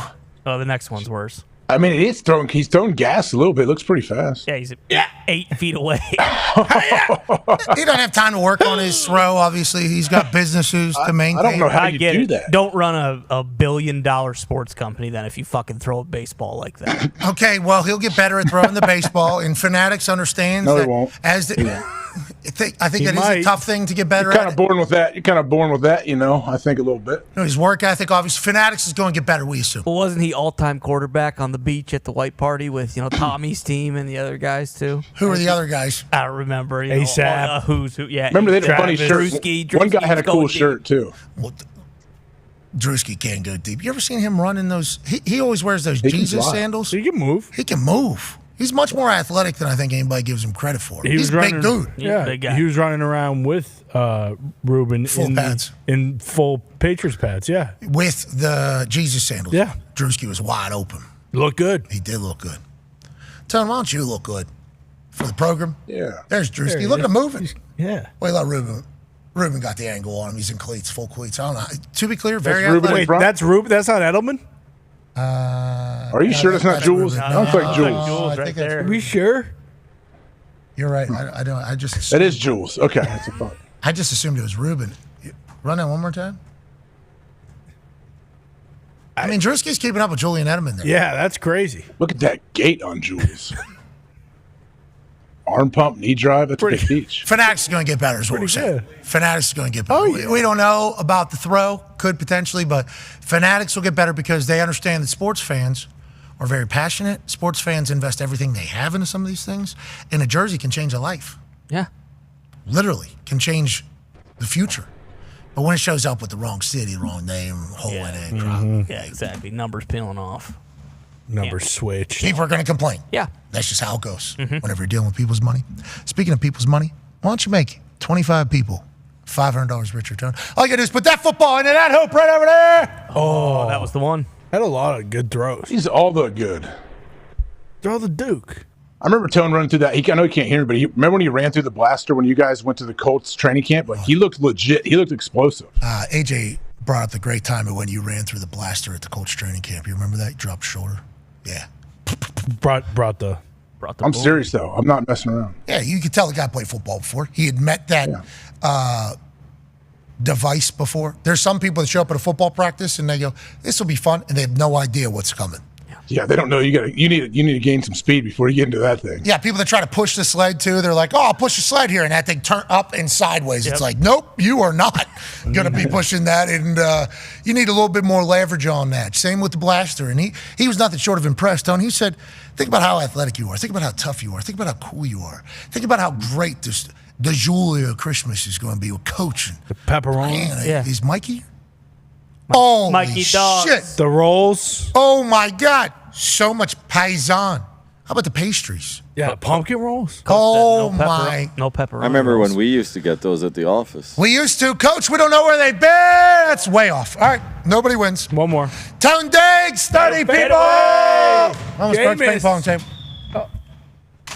Holy shit. Best attempt with the Russell Wilson What dorsal fin. That's because Russell Wilson is his quarterback. That's right. Speaking of quarterbacks, you can talk about that fadeaway there. Anthony Richardson has missed practice for a second straight day with a back foot injury. Sorry, boys. That we don't know was. Don't worry about it, Tony. You did great. Hey, baby Tom. Anthony Richardson was seen in practice today, standing, watching the quarterbacks throw pat and go during the open media portion. He's potentially out for his third game missing this year of an injury. But with what I saw at practice, the video that I saw from James Boyd, I believe, of The Athletic, he's great. He's very good. Romeoville kid? Yeah, him. He's very good. He gets all the shit. Like, he asks all the questions that everybody has. So I'm very appreciative of the work that he has done. He had a video of practice. Anthony Richardson wearing his 5 red jersey, standing in the middle of the field while pat and go is happening with Sam and Flacco. He's standing out there in the middle of the field. If it's a back injury, they wouldn't have him standing in the cold in the middle, right? Because the back can flare up at any time. Yeah, definitely not. And the fact that he's standing foot, you think, would be okay. There's something else he could be doing. So maybe they're just resting him going in, but missing Fast Friday is certainly a decision, and we might be seeing Colts without Anthony Richardson this weekend. In The Colts are very much still lurking in this entire playoff picture. I'll be kind of optimistic about it because of what he's doing there in practice, but certainly something to keep an eye on. Also, Jalen Hurts misses another practice, and basically everybody is reporting it seems like a long shot that Jalen Hurts is going to be back for the Philadelphia Eagles. Obviously, they're still in conversation of number 1 overall seed. The Philadelphia Eagles are on this historic record-breaking type season. There's been a lot of drama, but that's Philadelphia Eagle football. He gets a concussion last 2 weeks ago. Last week, Kenny Pickett comes in. He also gets hurt. So Jalen Hurts still missing practice, still in the protocol. Certainly alarming, Age. Certainly alarming. Yeah, certainly alarming. But I mean, just figure out the rest of the season, the regular season. Get your head feeling right heading into the playoffs. Obviously, we know it's pivotal, but yeah, you would hope he would get back in the lineup now. But I'm sure they'd be very, very cautious with his return. Yeah, and then you think about like the Kansas City Chiefs. We talked about this before we went live. They've already locked down number 1 overall seed, home field advantage. I assume there's some escalators in contracts and streaks that can continue, especially in the middle of what they're in the middle of. But these last 2 weeks, how do they treat it? And the boys brought up preseason.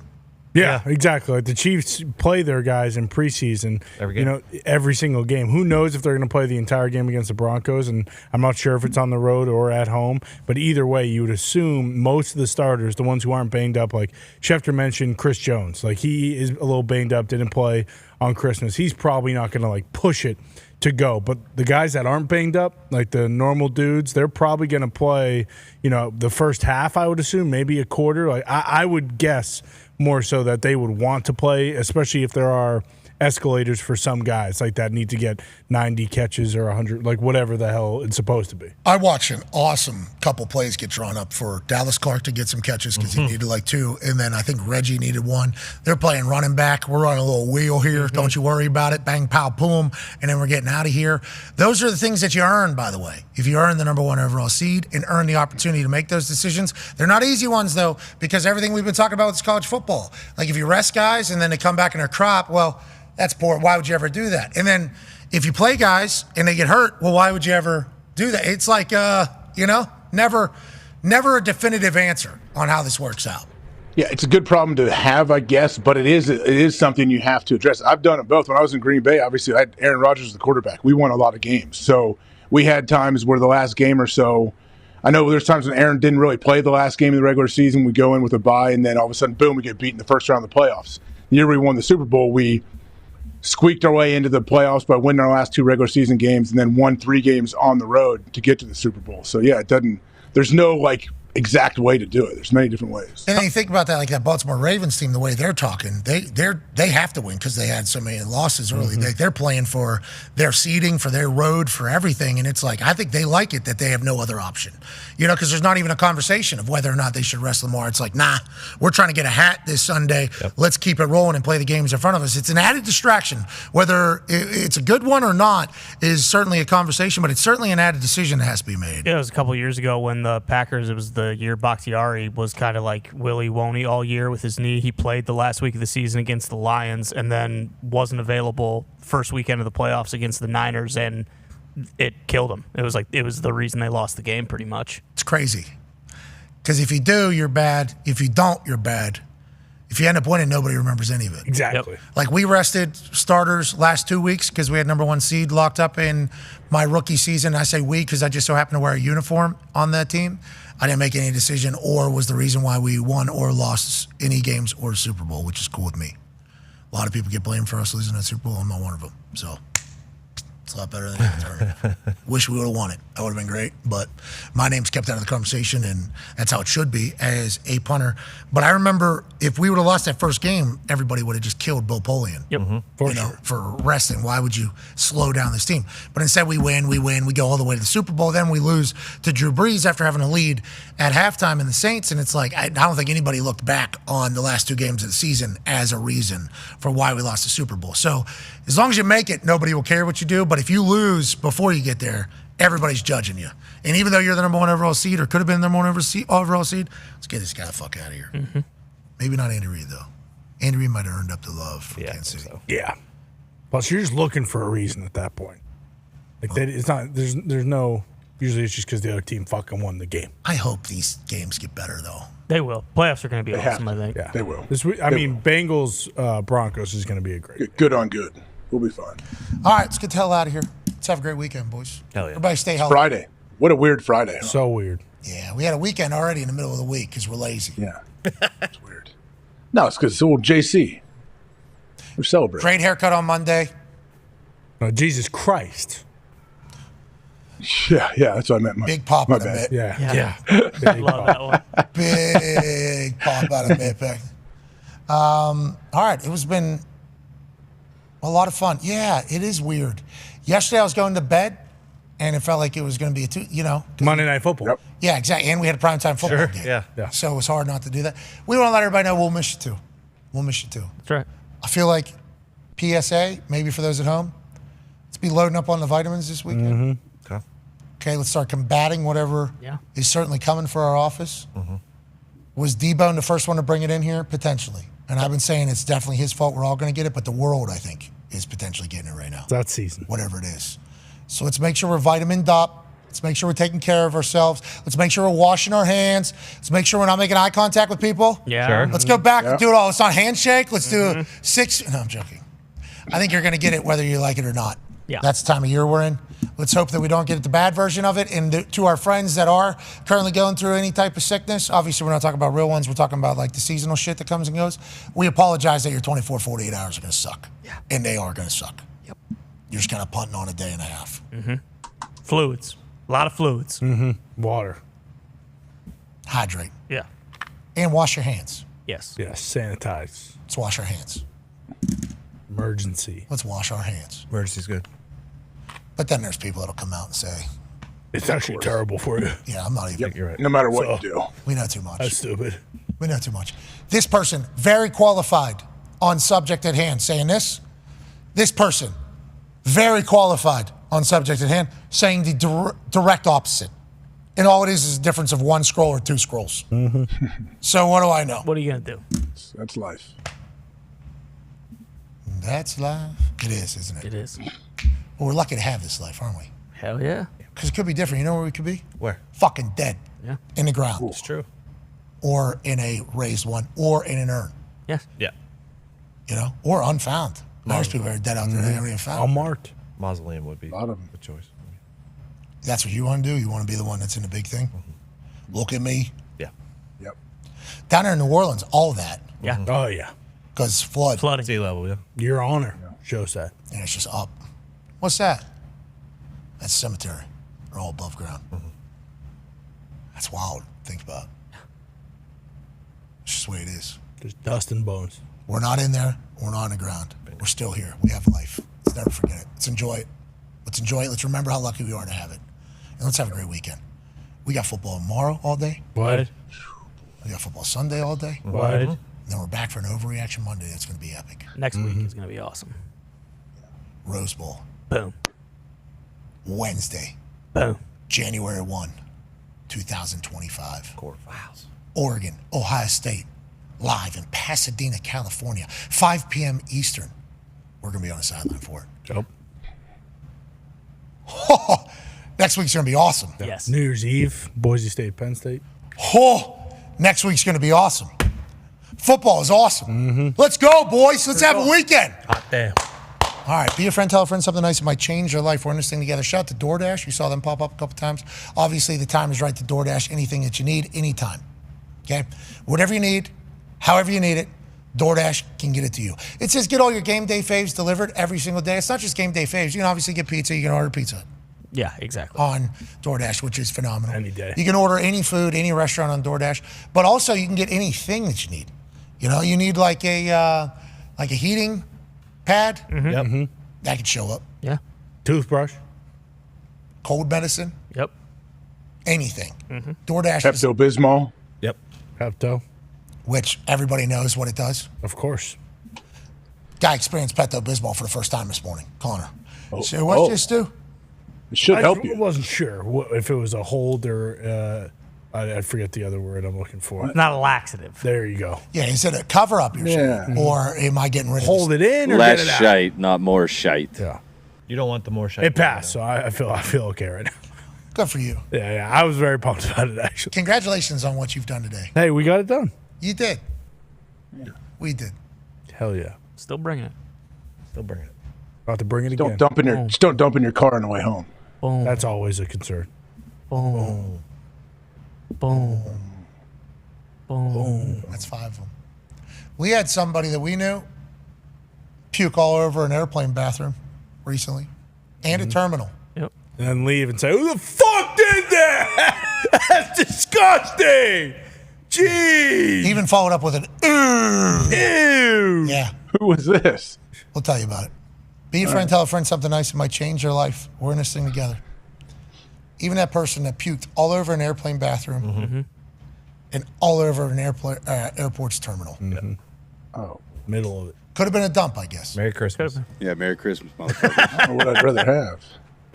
That was Bruce Brown. He cleaned up the wall, he said. He did. Let the flight attendants handle the rest. Yeah, crevices couldn't do. Crevices on the floor. It's going to be tough with the toilet paper that they have, but Didn't have his toothbrush. I'll try to clean up. Exactly. Try to clean up this wall for you. And he came out.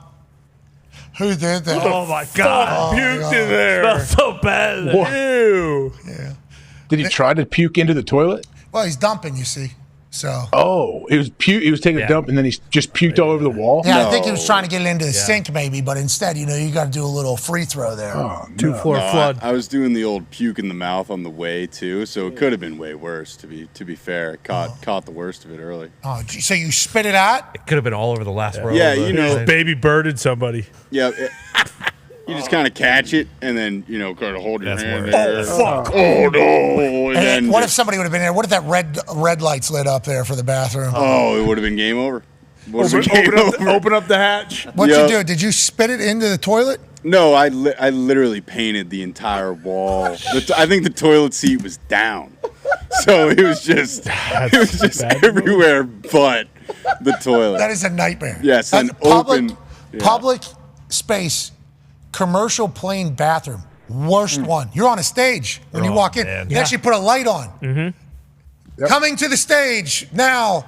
Person that's peeing or dumping. We shall see. Count the. Exactly. I didn't even get the door locked behind me at first, so it was just wide open. Oh, full chaos happening in there. Still green, but we all saw him walk in there. You gotta go right to sleep after that because 3 minutes later, someone's walking in there and going, "What the fuck?" Yeah. And then everyone knows. Yeah, everyone knows it's you. Not only there, though, he was able to get off the plane without doing any further damage, and immediately upon exiting the plane, getting into the airport's terminal. Also, one more time, let's take the tractor another round. All over the ground. Merry Christmas. Happy holidays. Did you try to find like a trash can or a toilet? Go on, Mall. I was walking to the terminal bathroom, and there was actually a nice-looking dad with 2 daughters taking his daughters to the men's room as I guess you do. Don't go in there. Don't go in so there. it was like dodging a couple landmines on the way. Last thing you obviously want to do, puke on a little girl. We're happy you got through it. And a baby Bruce. Bruce. Job, Bruce. Good job. Your antibodies are about to kick in, though. You earned them. Boy. You earned your stripes this year. Yep. Fucking airplane bathroom. Nightmare. Everybody's. Is that guy okay? Comes out. No, that guy's not okay. Sweating profusely. That probably smells the one in so the back. bad. Puke smells horrible. So bad. Him going to the bathroom, everybody noticing a little. Is that kid all right? Oh my God. They wanted it. Did you think about grabbing the barf bag? I guess I've never used that. Oh, yeah, in your seat. First thing I checked when I sat down, no barf bag. That's the problem. That's I the problem. thought about asking It's for one, airline's but fault. just trying to draw no attention. Yeah, Just real quick, if you're puking into that, your stomach is tightening up. And I don't know if they got a barf bag for what was happening on the other end either, right? Bub? I mean, yeah, that is a concern. Yeah. That's what happens. Because when you puke, you're getting like an ab work. Oh, yeah. Things are also like incredibly small. Like if you actually don't feel good and you're puking, you are filling that fucker up, and then it's just. Well, you ain't grab the neighbors then. Can I get one here? 2 bags. Get one here. I have seen somebody take neighbors, same row I was in, guy puking into his shit, reaches across the aisle to the other person. Grabs it, goes in for a number 2. That's pretty impressive. I felt so bad for that guy. You never know if it's a hangover or Motion sickness. Yeah, the plane, or if they just want to spread their love to society like Bruce did. Yeah. Way to go, Bruce. Embarrassed at all? No, you couldn't feel embarrassed because you felt so terrible? I honestly kind of felt like a beast just getting through it all and getting home for Christmas. Proud. Perspective. The whole time I was like, damn, I'm a tank right now. But then obviously it didn't really work out. I'm a fucking dog, dude. A beast, dog. People would be embarrassed by that? Hell no. I fucking filled it up. You do that, bitch. you try that shit. I'm a dog. That's awesome. Spraying the bathroom wall. All right, let's get out of here. Be a friend, tell a friend something nice. It might change your life. We're in this thing together, including people that are spraying bathrooms with puke. Especially those people. Think about those people. He's a little bit of an arrogant one of those guys. Not a lot of people feel that way. A lot of people are a little embarrassed for the whole thing. Not their fault. It's the time of year. We'll see you on Monday. We're in this thing together. Team on me. Merry Christmas. Merry Christmas. Merry Christmas. Happy holidays. Happy Hanukkah. Happy holidays. Happy Hanukkah. Yes. Right to left. Like you read the Torah every night. I did get a video from Shefty last night lighting the Hanukkah with his family and saying the blessings while doing the lighting. I needed the captions. I didn't know what all he was saying. But it sounded like he was saying it. He was. He was saying it. He was saying it. No doubt. He was saying it, Age. Still saying it. I believe it. Still saying Still. Did he drop the? Maybe. Okay. Well, chaotic Christmas time. Shefty's got a lot going on. It's Hanukkah, Christmas, holidays. You know, holiday season. Yeah, he was a big part of it, though. They were celebrating him in the video that I saw. They were. Because he was kind of Good. upselling it, saying they don't like me. Poo-pooing a bit. He was. That wasn't the case at all. They were celebrating him. That's how I hope you all feel this weekend. Team on me, team on three. 1, 2, 3, team. Goodbye!